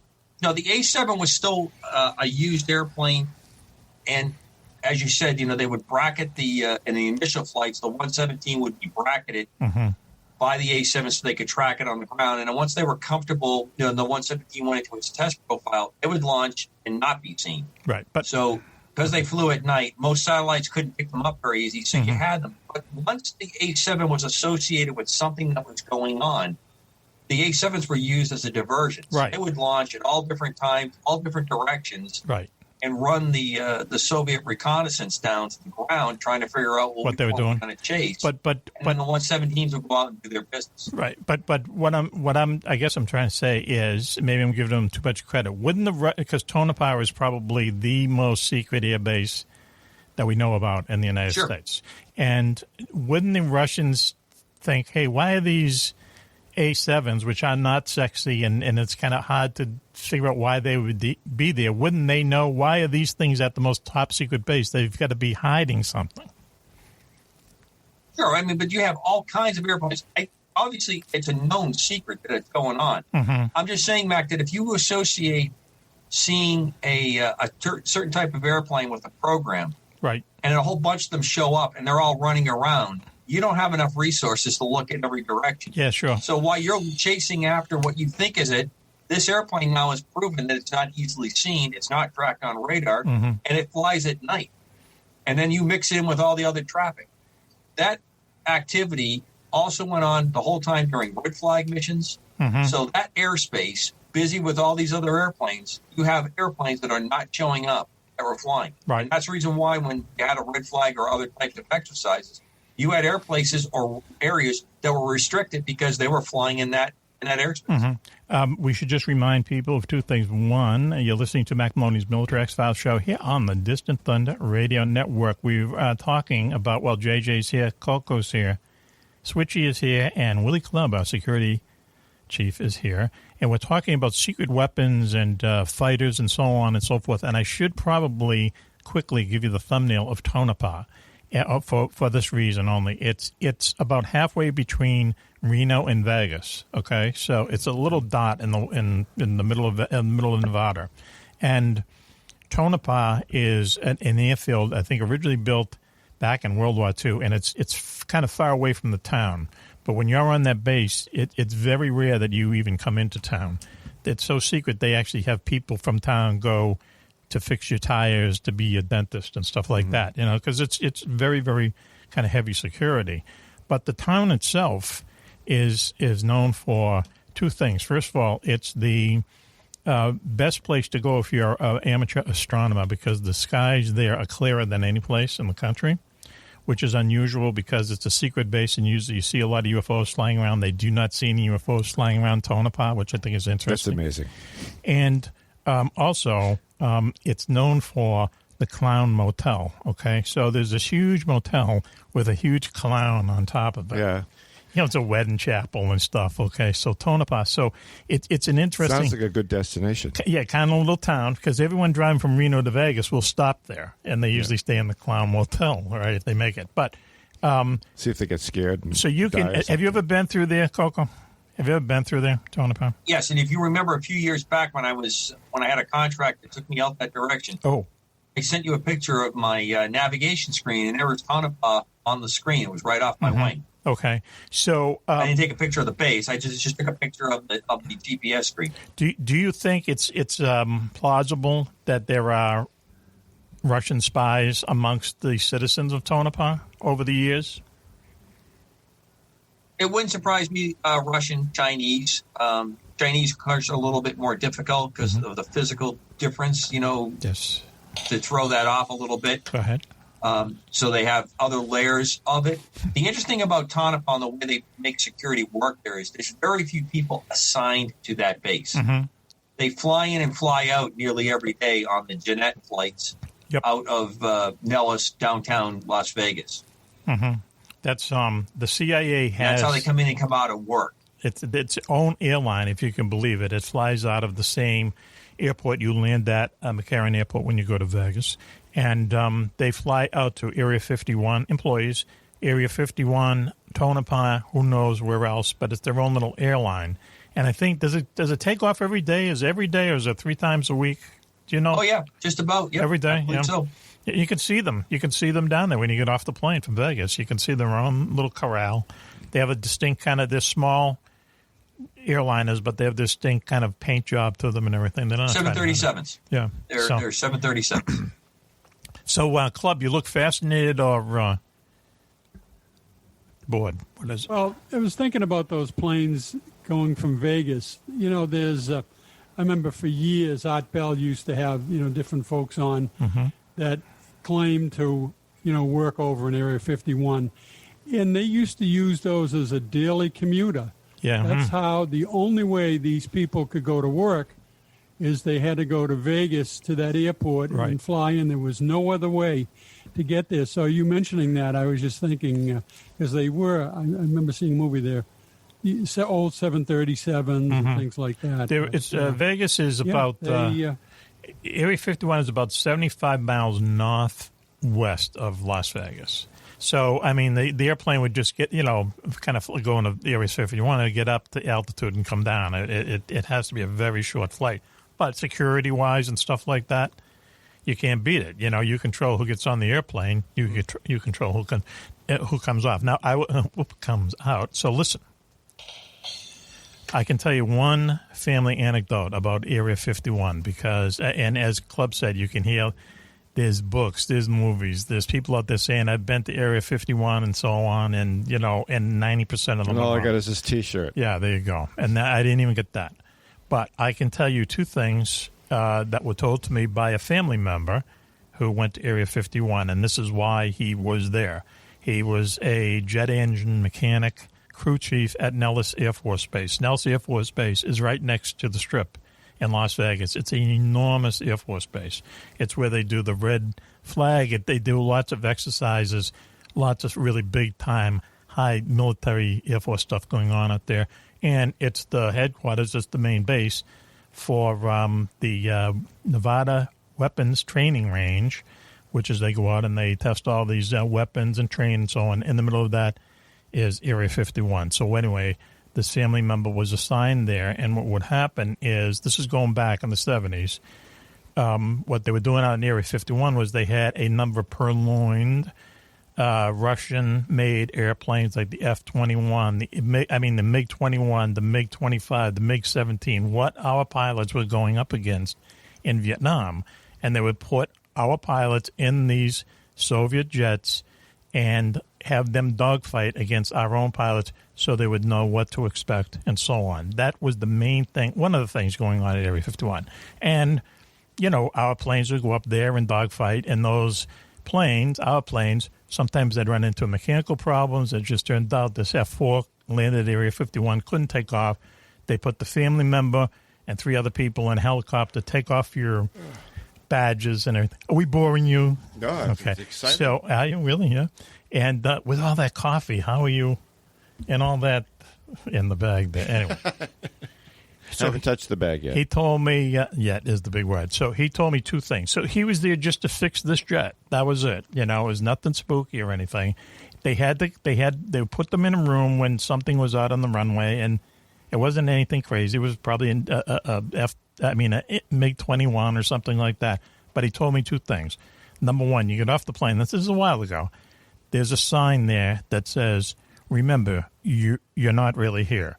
Just a sign. Okay? I like it. Remember, you're not really here. Makes total sense. And the other thing he said was that there was grass. There was lawns out there. Lawns. And he saw people cutting the lawns. So there's lawns out in the middle of the desert. For some reason, they chose to grow them, okay? And that was kind of weird. Well, turf was brought in every so often. Well, who knows what they're doing out there? Maybe the aliens. Hey, maybe they get the aliens cutting the grass for them. Yeah. That would be wrong, wouldn't it? Carving signs into the grass. Area 51, yeah. So anyway, but it's expanded now. It's huge. I mean, I'm sure it's just there's parts of the Nevada test range we don't know about. Area 52, Area 53, and so on. Who knows? They doubled it in size and called it Area 102. I don't know, 102. There you go, 102. Why not? Yeah, I can see the series. It's doubled in size. So I told you how those numbers are assigned. Correct? Yeah, go ahead. Tell us. Yeah, there's a large survey plot, and it's all broken up into different sides. Like I worked Area 14 as a contractor many, many, many times. It's a geographical breakdown, like lines on a map, and that's how Area 51 got its name. That's where Area 51 sits inside that plot. 5-1. Wow, yeah.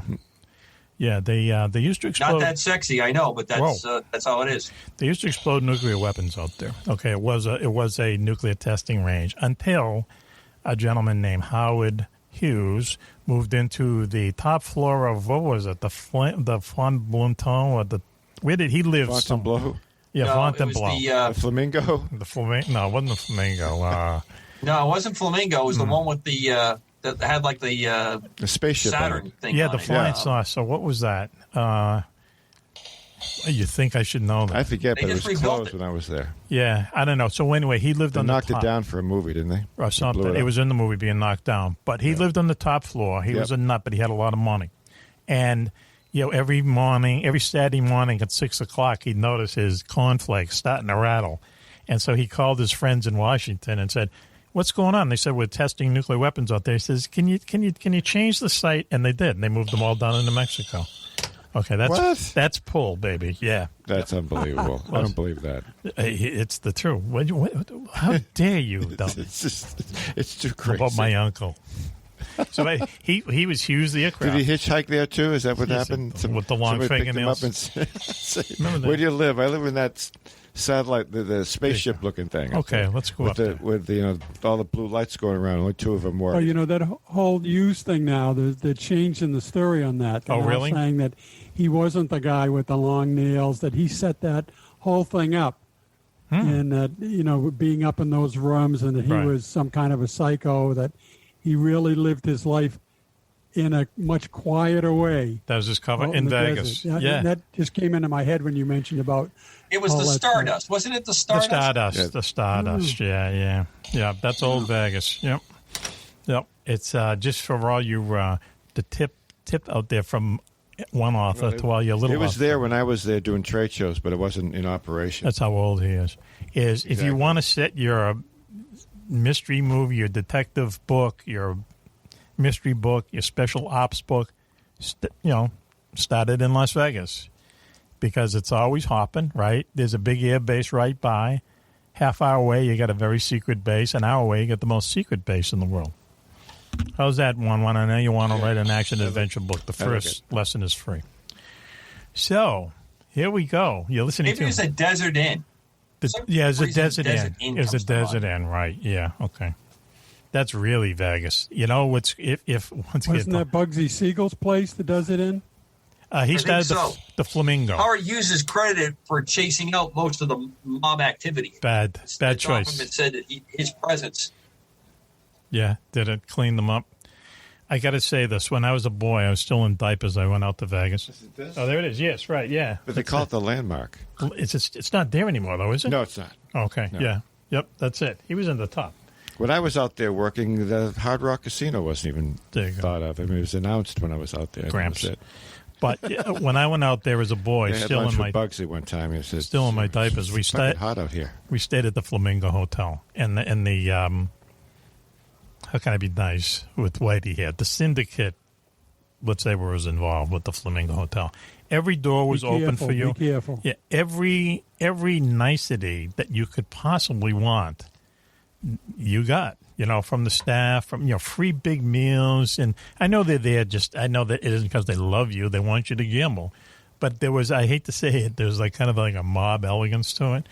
And then I went out in '78, maybe 10 years later, and it was all gone. And I know Howard Hughes, and I know that the city council got behind it and stuff, and they threw the mobsters out. I guess I don't know, but it was a different place when I went back there when it was mob free. How's that, Whitey? Okay. It was much better when the mob was I'd say it's back to being more of an adult paradise. They went back. They tried to compete with. They competed with Disney World. They turned it into family. Yes. Kind of fun vacation land. I mean, that's the attractions. A lot of the things they had at the casinos were that you could gamble, and your kids could go do something to try to bring that in. That's talked to in the movie Casino, which pretty good movie. Good movie. For explain what the process that there was. Good movie. But it's definitely come back now to be the much more of an adult oriented place to well, what's vacation. What's their motto? What happens in Vegas stays in Vegas. There you go. You know, that's so true. What are they trying to say? You know, don't bring the kids. I went there to a convention a while back, and I have to admit, I love that motto. Yeah, it's a perfect motto for that place. Okay, especially if you're changing. It's a good motto, but I don't know if everybody adheres to that motto. Well, most people do. It means leave the kids at home. Yeah. That's the translation. You know, and they've changed a little bit more than that. Well, okay. Well, tell us then. Now that you've teased us, why? What happened? What did you leave in Vegas? No, I don't want to get into that. It's something we can do a whole show on that. It's like the weather, the heat, and the alcohol can change people's attitudes towards human relations. Mm-hmm. So what happens is, what goes on in Vegas has to stay in Vegas. Okay. Otherwise, you're in big trouble. Well, some men bring it home. Oh, that. Yeah. Okay. Yeah. Well, there's but penicillin. They get a shot and they're all better. There you go. Yep. The miracles of medicine. When you're out there on an expense account like I was, the temptation was, out there with men and women in your group, supporting a trade show for a major computer company. Okay. Yep. Every time you turn around, there you are again at the Las Vegas Convention Center. Here we go. Wow, huh? My job is done. I'll see you at the nearest all-you-can-eat buffet. Thank you very much. Well, as you're probably not surprised, we're talking about Las Vegas and all the kind of weird things. Love it. Agent X has been out there a few times, and he told me that they have the smallest strip club in Vegas. It's a bar that has 3 stools and then like a box where the girl comes out and disrobes. Okay, so there's 5 people. That's the limit. What? Yeah, the bartender, the 3 customers, and the exotic dance. And the participant. Yeah. And then just to kind of pull it back into the show here, Do we really want to do that? Mack Maloney, years ago, not that many years ago, was approached by a production company. It was called Pink Sneakers Productions. And I couldn't make that up. It could be worse. Yeah, it could be tan shoes and pink shoelaces. Hang on. Anyway, this is what they were doing. They come up to this thing. They're going to give it to the Travel Channel, all right? And this is what the idea was. They were going to have a bus, and the bus was like a tourist bus. Mm-hmm. And I'm quoting the girl now, we're going to get a bunch of hay seeds and put them on the bus. And the bus is going to go to all these different haunted, weird sites. They wanted me to be the tour conductor when the bus went up to Area 51. No kidding, really? Yes. That would have been a great gig. Now, this is what they're offering, all right? Get ready. All right. 5 free nights in Vegas and back and forth. And How many chips? I wasn't going to get paid, but they were going to give me $500 a day per diem. This is plus the but that's a lot of per diem. I said to them, it ain't bad. And I think they do that because they don't want you to cry to them, hey, I don't have any money, I'm in Vegas. It's better to give you the money. Mm-hmm. So anyway, but I had to explain to them they hadn't done their research enough to say, Area 51 isn't just this casual drive outside of Las Vegas. It's way out there, and you can't get close to it. They stop you before you can see it. The government owns all the mountain ranges around it. We'd be out there. We could go to, there's that, what's the name of that one? The restaurant? Yeah, the Alien Inn. It's Rachel, Nevada. That's the closest kind of town you get. And even that's Rachel. Long way away, So you wouldn't be seeing anything. No. The tour would be a fraud, and then lots of complaining. I had a feeling they would get there, we'd do it, and it would never come on. So I called my editor, not Jim, this other editor of mine at Penguin Books, and I said, should I do this? At first of all, I don't like to fly, and I would have had to take the train out and so on. He says, well, these things kind of come back to haunt you, so, maybe not. So I didn't do it, But would have been, I think back on it, like you didn't go to Europe with Nancy Wilson of Hot? Yeah. I didn't get picked. I was at the wrong place at the wrong time, I guess. I think about those 5 days in Vegas, $500 in my pocket, and the next day I got another $500. Yeah, that could go quick, though. That's another thing. Yeah. So, Vegas. All right, Coco. And Nellis Air Force Base, that's going to be the largest. Is that the largest Air Force base in the country? Because it's just... I believe it's pretty close. I think Eglin Air Force Base may be the largest, but I'm not sure now to say that. Wright-Patterson's another huge base in Ohio because of the test activities there. Pease Air Force Base right up the street from us. Talk about a huge air base. Wow, that place is also gigantic. So... Making a lot of noise there lately. Something's going on. Something's going on at Pease. Yeah. Who knows? It's still open for those aerial tankers. I don't know what those tankers that... Mrs. Wan called me up and texted me frantically. Oh, that's right, yeah. They flew over. I said, how many? About 5 or 6 of them. Real close. A few years ago. A few months ago, right. Was it during the day or night? It was like a month ago. Was it during the day? During the day, yeah. That's interesting. Yeah.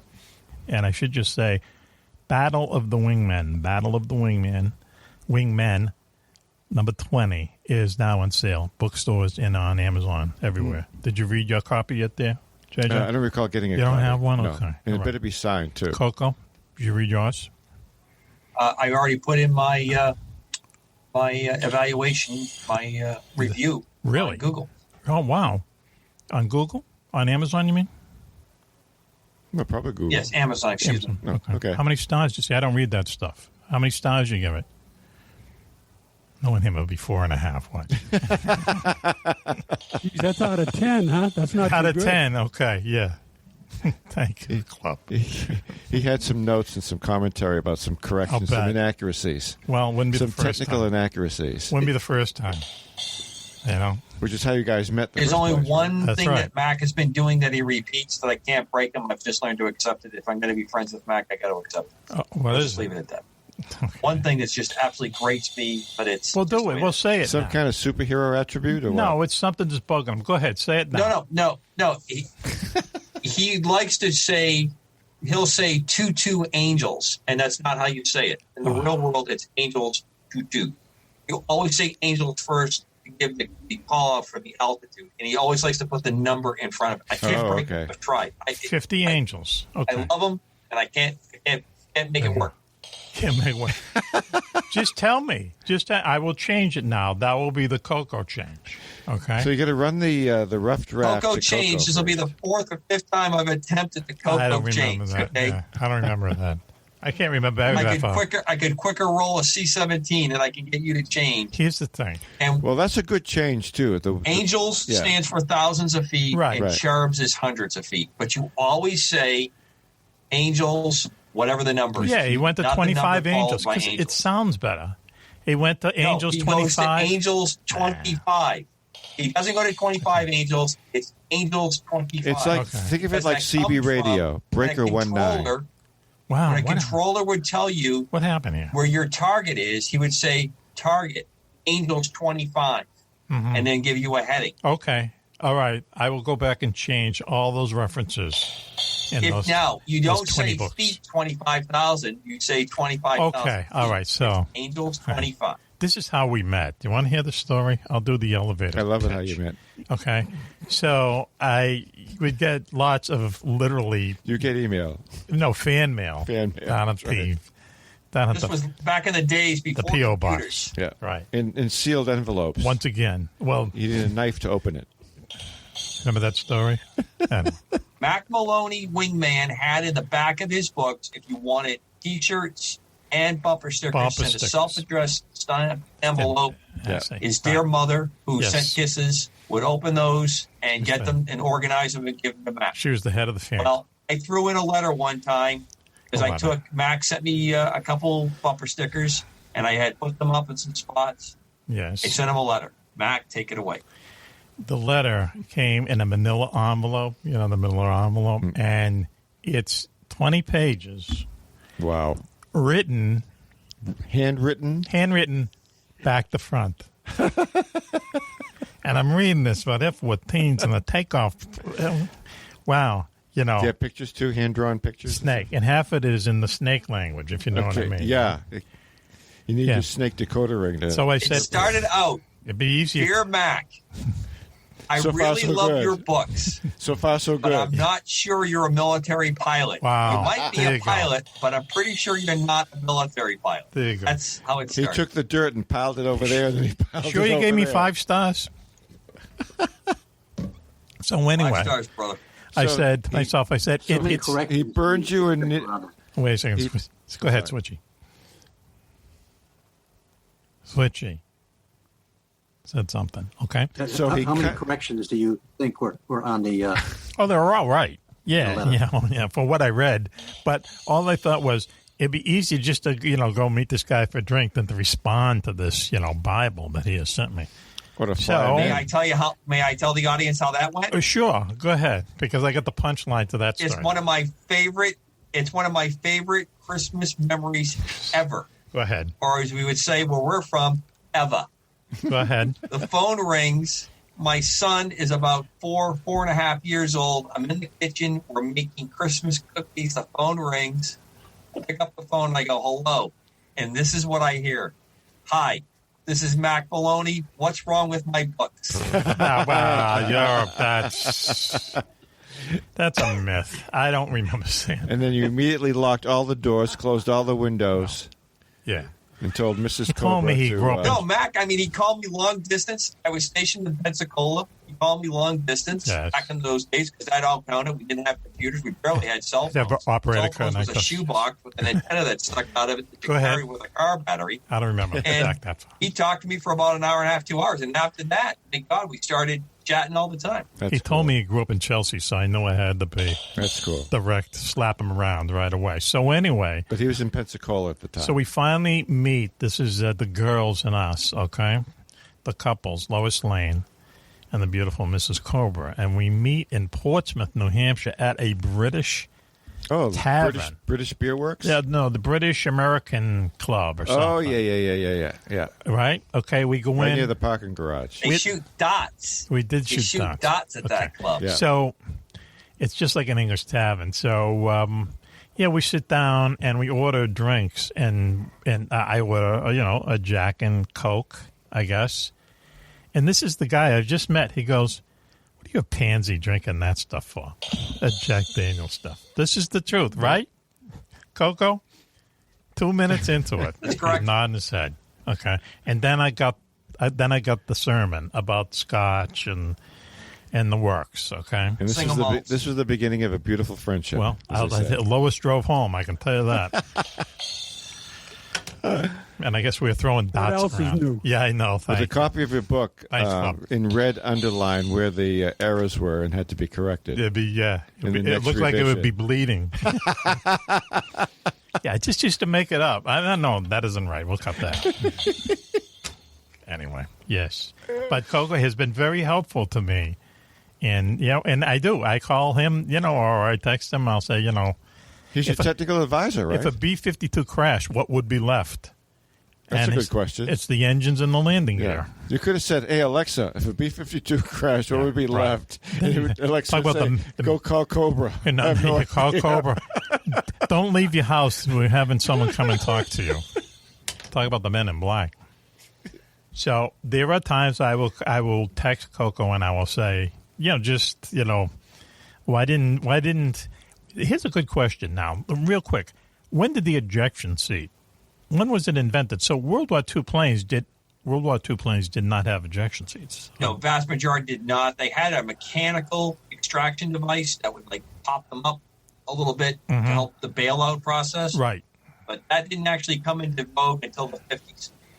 So when you see Chuck Yeager, when he got in the X-1, they bolted him in that airplane. He had a parachute. It was very, very difficult to get out of that aircraft. Right, yeah. And that was the problem with some of the early jets. Right, in fact, I think I sent you a picture of it. Martin Baker had I believe it's a B-57 variant that they used, and the back seat would blow ejection seats out as a test. This plane would go up and it would shoot the ejection seats out, sometimes with live people in them, to do the test. Wow. If you want to talk about... It wasn't until the 50s. The political correctness that which would be allowed now, there was a bomber that we made kind of on the quick called the B-58 Hustler. And it's the first supersonic bomber. And if you look at it in the 50s, it looks like a big fighter. They just increased the fighter. And it's a big delta wing thing. It has a fuel tank on it that is almost the size of the plane itself. And it'll look mean, And but the idea was it's a supersonic nuclear bomber. Okay, so if you had to bail out, and correct me if I'm wrong here, Coco, I know you won't be shy about doing that, but the whole cockpit, it was like this capsule with the three guys in it would go because they sat like in a fighter behind each other, right? And the whole thing would go up and come down in a parachute. I don't know if they ever had to use it, but to test that, they used to put live bears in it. Really? Yeah, they strapped bears in to see if they lived. And I guess the first one, Smokey, wasn't that lucky.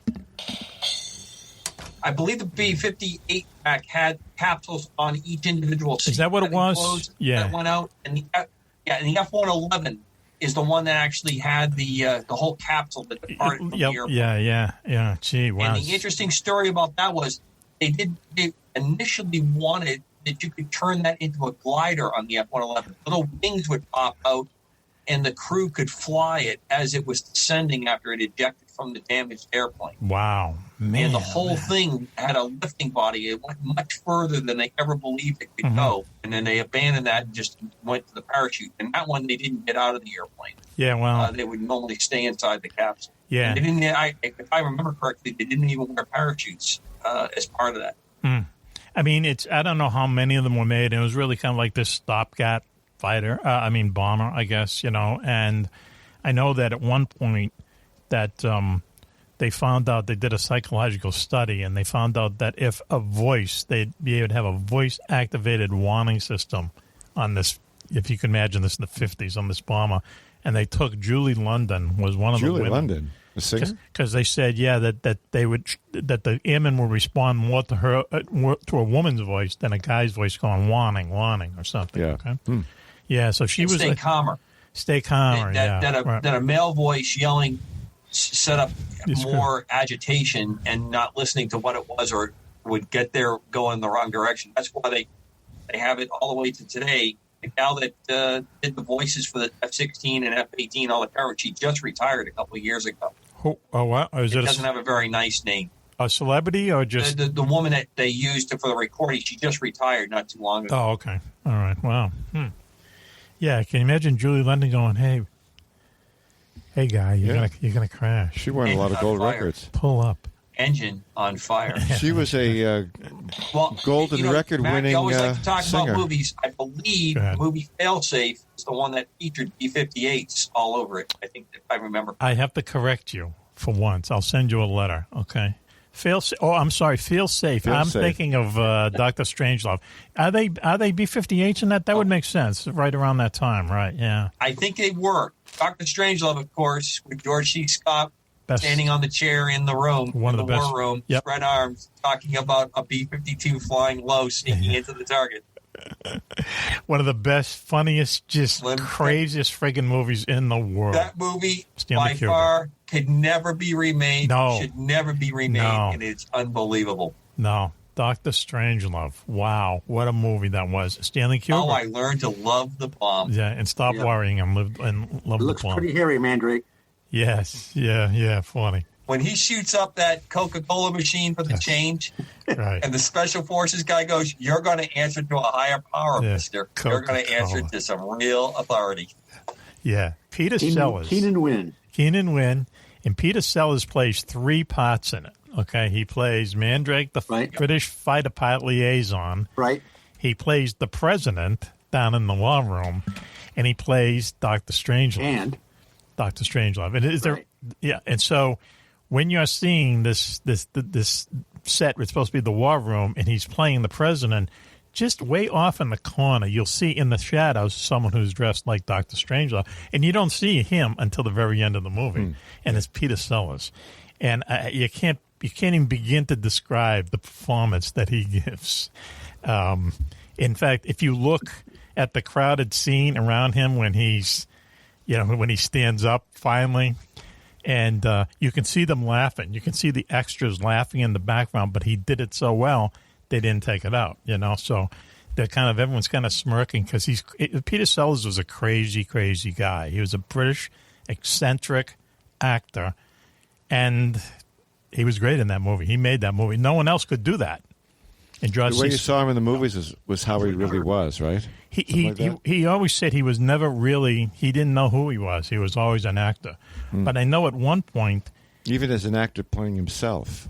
Yeah, it was kind of strange. Yeah, you can't like see him interviewed without thinking he's like an actor. You know, I know at one point he was home, he was like reading the newspaper, and he sent a telegram, and the telegram comes to his front door, and it's for his wife, and it said, "Make me a cup of coffee." Yeah, that story.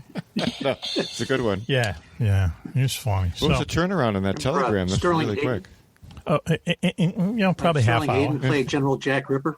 Yeah. Oh, yeah. Sterling Hayden was great in it. Right. Yep. He was always talking about to Mandrake about the precious bodily fluids. Precious bodily fluids. Well, Yeah. that was a whole take on the non-fluoridating water. Right. Yes. That was yes. the whole thing on robbing that one. him of his He only essence. would drink grain alcohol and branch water. Yeah. Right. Yes. And then in the B-52, Slim Pickens writing the bomb down. Slim Pickens is so unbelievably funny. And James Earl Jones, I think the first time he was on in a movie, Slim Pickens is just like... Yeah, he played the Ewo. And it's just like, okay, this is how nutty this movie's going to be. The guy's flying a B-52. He's got a cowboy hat on and stuff. It's like, here we go. Just a great movie. And Failsafe is a dramatic... Fight here. Dramatic kind of version of it. And also... You can't fight here. This is the war room. This is the... Yeah, how dare you fight Gentlemen, here? you can't fight here. Yeah. And he's talking to the Russian and bastard spies taking pictures of the big board. Yes, yeah, he's stealing the bringing food. him down here to see the big board. He can't see the big board. And George C. Scott? He's funny. Don't call here. No, you can't call me here, baby. Yeah. I'm in the war. Yeah. I'll be right back. Trixie. Yeah. Trixie. I love you too, honey. Yeah, funny. Just the perfect performance from that freaking guy, man. He was hilarious. If you're in casting, I don't know how you would cast him in that role after all the other stuff he's done. Yeah, just that shows his versatility. Yeah. Oh, amazing. yeah. Yep. Yeah. He was gonna. He was like the perfect guy. I think he was supposed to be Curtis LeMay. He had a big cigar hanging out of his mouth. You know. Yes. Just a really good, and I guess a commentary on the. George C. Scott could be the perfect guy for that role. He could be the perfect guy for Ebenezer Scrooge. Yeah, his Christmas Carol is a really good version of the Christmas Carol. Yeah, I liked it better than Albert Finney, although the Albert Finney one is the one. What's the one in 1938? There's one that's purely a ghost story. Do you see that? Oh, it's which creepy. is so weird. It is a creep show, yeah. I mean, Christmas Carol? Yeah, Christmas Carol. Alistair Sim? Yeah, that was it. Yep. There's a lot of kind of creepy cemetery, kind of ghost spirits walking around in that. Oh, yeah. So it is really probably the closest interpretation of Dickens writing. Right, yeah. And it's a ghost. Wasn't its original name was a ghost story, wasn't it? Yeah, parentheses, a ghost story. Yeah, hey, listen. A ghost story. We had Jim Frankel on in an earlier show, and at some point, I pitched to his company the day after Christmas Carol. Mm-hmm. Okay, what happens to Scrooge? Yeah, what he finds out is helping everyone, you get screwed. Okay, right? Right? No good deed is gone unpunished. That's what it was like. He didn't get screwed exactly. I mean, he finds out that doing favors for people, you're going to finally... Oh, I shouldn't say that because you might... Well, it was against his character, but he was a changed man after that. Well, it never went anywhere, so I guess that's why. There should have been a follow-up. Okay. I got 3 things. Maybe you can put Quentin Tarantino on that. There you go. Now. Okay. I knew that was coming. Okay. So why don't we do this? Why don't we do the plugs again? Okay. It just seems like I just did them, as it turns out. First of all, Homes for Our Troops. HFOT. Just go on Google, look for Homes for Our Troops. They're a charity organization. What is it again? HFOT.org. Whatever. Right. Just Google Homes for Our Troops. You'll eventually get to their page, and what happens is they take donations. They spend almost 90% of those donations building houses for free for wounded veterans from the Iraqi and the Afghan wars, and they also adapt them so these guys and girls can get around more easy, and they're free. No mortgage, nothing. Yeah. So you don't have a mortgage hanging over your shoulder for the rest of your life. Homes for Our Troops, please go see them. Coco, please, you talking about the Wingman Federation, the Wingman Foundation, right? Yep, the wingmanfoundation.org. They're a group of concerned military members and civilian supporters. They come in when there's a mishap where an aircraft crashes, and they fill in a lot of the background and gaps. Super group of people. Mm-hmm. The People's Mosquito is another organization. I ask everybody to take a look at YouTube and look for Operation Jericho, the People's Mosquito. We had a webinar, and it was excellent. You'll see some of the last surviving pilots that flew the Mosquito fighter bomber. Mm-hmm. There's one gentleman, and it's approaching 100, that looks like he's in his 60s. I look at this guy, and I'm going, my God. And he says the reason he looks so good and lives so long is because he flew the Mosquito. So you got that going for you. There was a and airplane. of course, Military Jobber Group. Yes. MilitaryJobberGroup.com is the splitting its profits to active duty and veteran groups. It is some of the best coffee going, and I think Mac has made it the official coffee of the Mac Maloney Military Excellence. Jarhead Java. Yeah, right. .com. That's the Marine Brew, as it turns out. And also, we have an official donut shop. Now I want a donut. Official donut. Right. Hard to believe. It's Sweetwater's Donut Mill in Battle Creek, Michigan, right there in Switchy's neighborhood. That's right. We're going to be doing a Do they spot. deliver fresh donuts to your house now? Not yet. Is that the deal? I think that's going to be part of his demands. Not quite yet. Okay. Ding dong, there's a basket, and there's a young lady that drops the basket off with Wait a minute. his selection of donuts. Why? It sounds like the beginning of a porn movie. That he texted her from the night before. Hot and fresh Hot and at your fresh. doorstep, and then she's gone. I've seen Hot and Fresh. You still talking about donuts, one? You bet. Who knows? Delivered that way, you betcha. Wow. Okay. Clubb, thanks for joining us tonight. Clubb. Oh, I'll tell you, this was one heck of a night. I know. Okay. I'm exhausted of taking so a night much to remember. So are we. Probably so is the audience. So do we pass the audition for you? The audition? I guess that means yes. Thank you. You were supposed to Get back to you by mail. Get back to me on that. Thank you, Clubb. And thank you, Whitey, keep for your us. hands up. Okay, keep your hands up. I will. Okay. Thank you. Switchblade, thank you for joining us. You and the Frosted Flakes. My pleasure. Okay. So as it turns out, as this is a different show, can you tell us what you had for breakfast this morning? See if he takes this. This morning, well, it actually what I got was a heaping bowl of sugar frosted flakes. Again, okay. Thank you. Yep. It's kind of an old standard, 2% milk, hot black coffee. Yes. But you sometimes you gotta. I can't do the exciting stuff every. That's okay. Every time. We understand. Right. We'd get overloaded. It'd be an overload. If there's something a little bit special, then it will be more special if occasionally I just have the old standard. It was the steak and eggs. The week you had the steak and eggs, that was the. How about waffles and chicken? Waffles and chicken. Yeah, frozen waffles, some chicken. Which frozen chicken. Is there Drown it like with a syrup. seasonal pattern though that goes on? It seems to me like you go on the sugar frosted flakes Binges. after like you experiment and then you come back and it's like you're cleansing yourself with sugar frosted flakes to get ready for this next walkabout of breakfast. Is that the story? Remember as a kid, you used to read the back of the cereal box? Yeah, Yes. Cereal? Yes. Yes. Every word. That's you? I've grown out of that. Oh, have you? It's good. It's always, growth is always I a don't good think thing. that I'm a little bit too mature for the reading the back of the content- cereal box while I eat my The content on cereal boxes is not as exciting as it As it used to be? I used to read the ingredients, yeah? Okay. We know this for a fact? From you? I looked at the boxes and I'm going, wow, I mean, it's really changed from my day where I couldn't wait to drag out my scissors and clip the coupon. There you go. It was yeah. always exciting for us kids. That was way, way back. I can't remember those days, as it turns Take out. the box top. Take the box top. That I remember. Okay. Clubb, thanks for joining us. Switchy, thanks for joining us. Coco, thank you for joining us. Okay.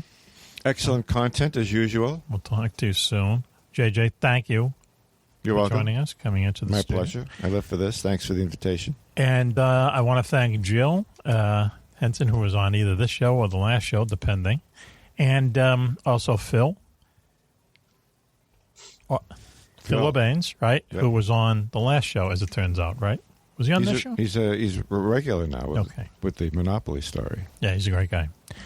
And thanks for everyone out there listening. And until you hear us next time, this is Mack Maloney for the entire gang saying be safe, be happy, and... Bye-bye.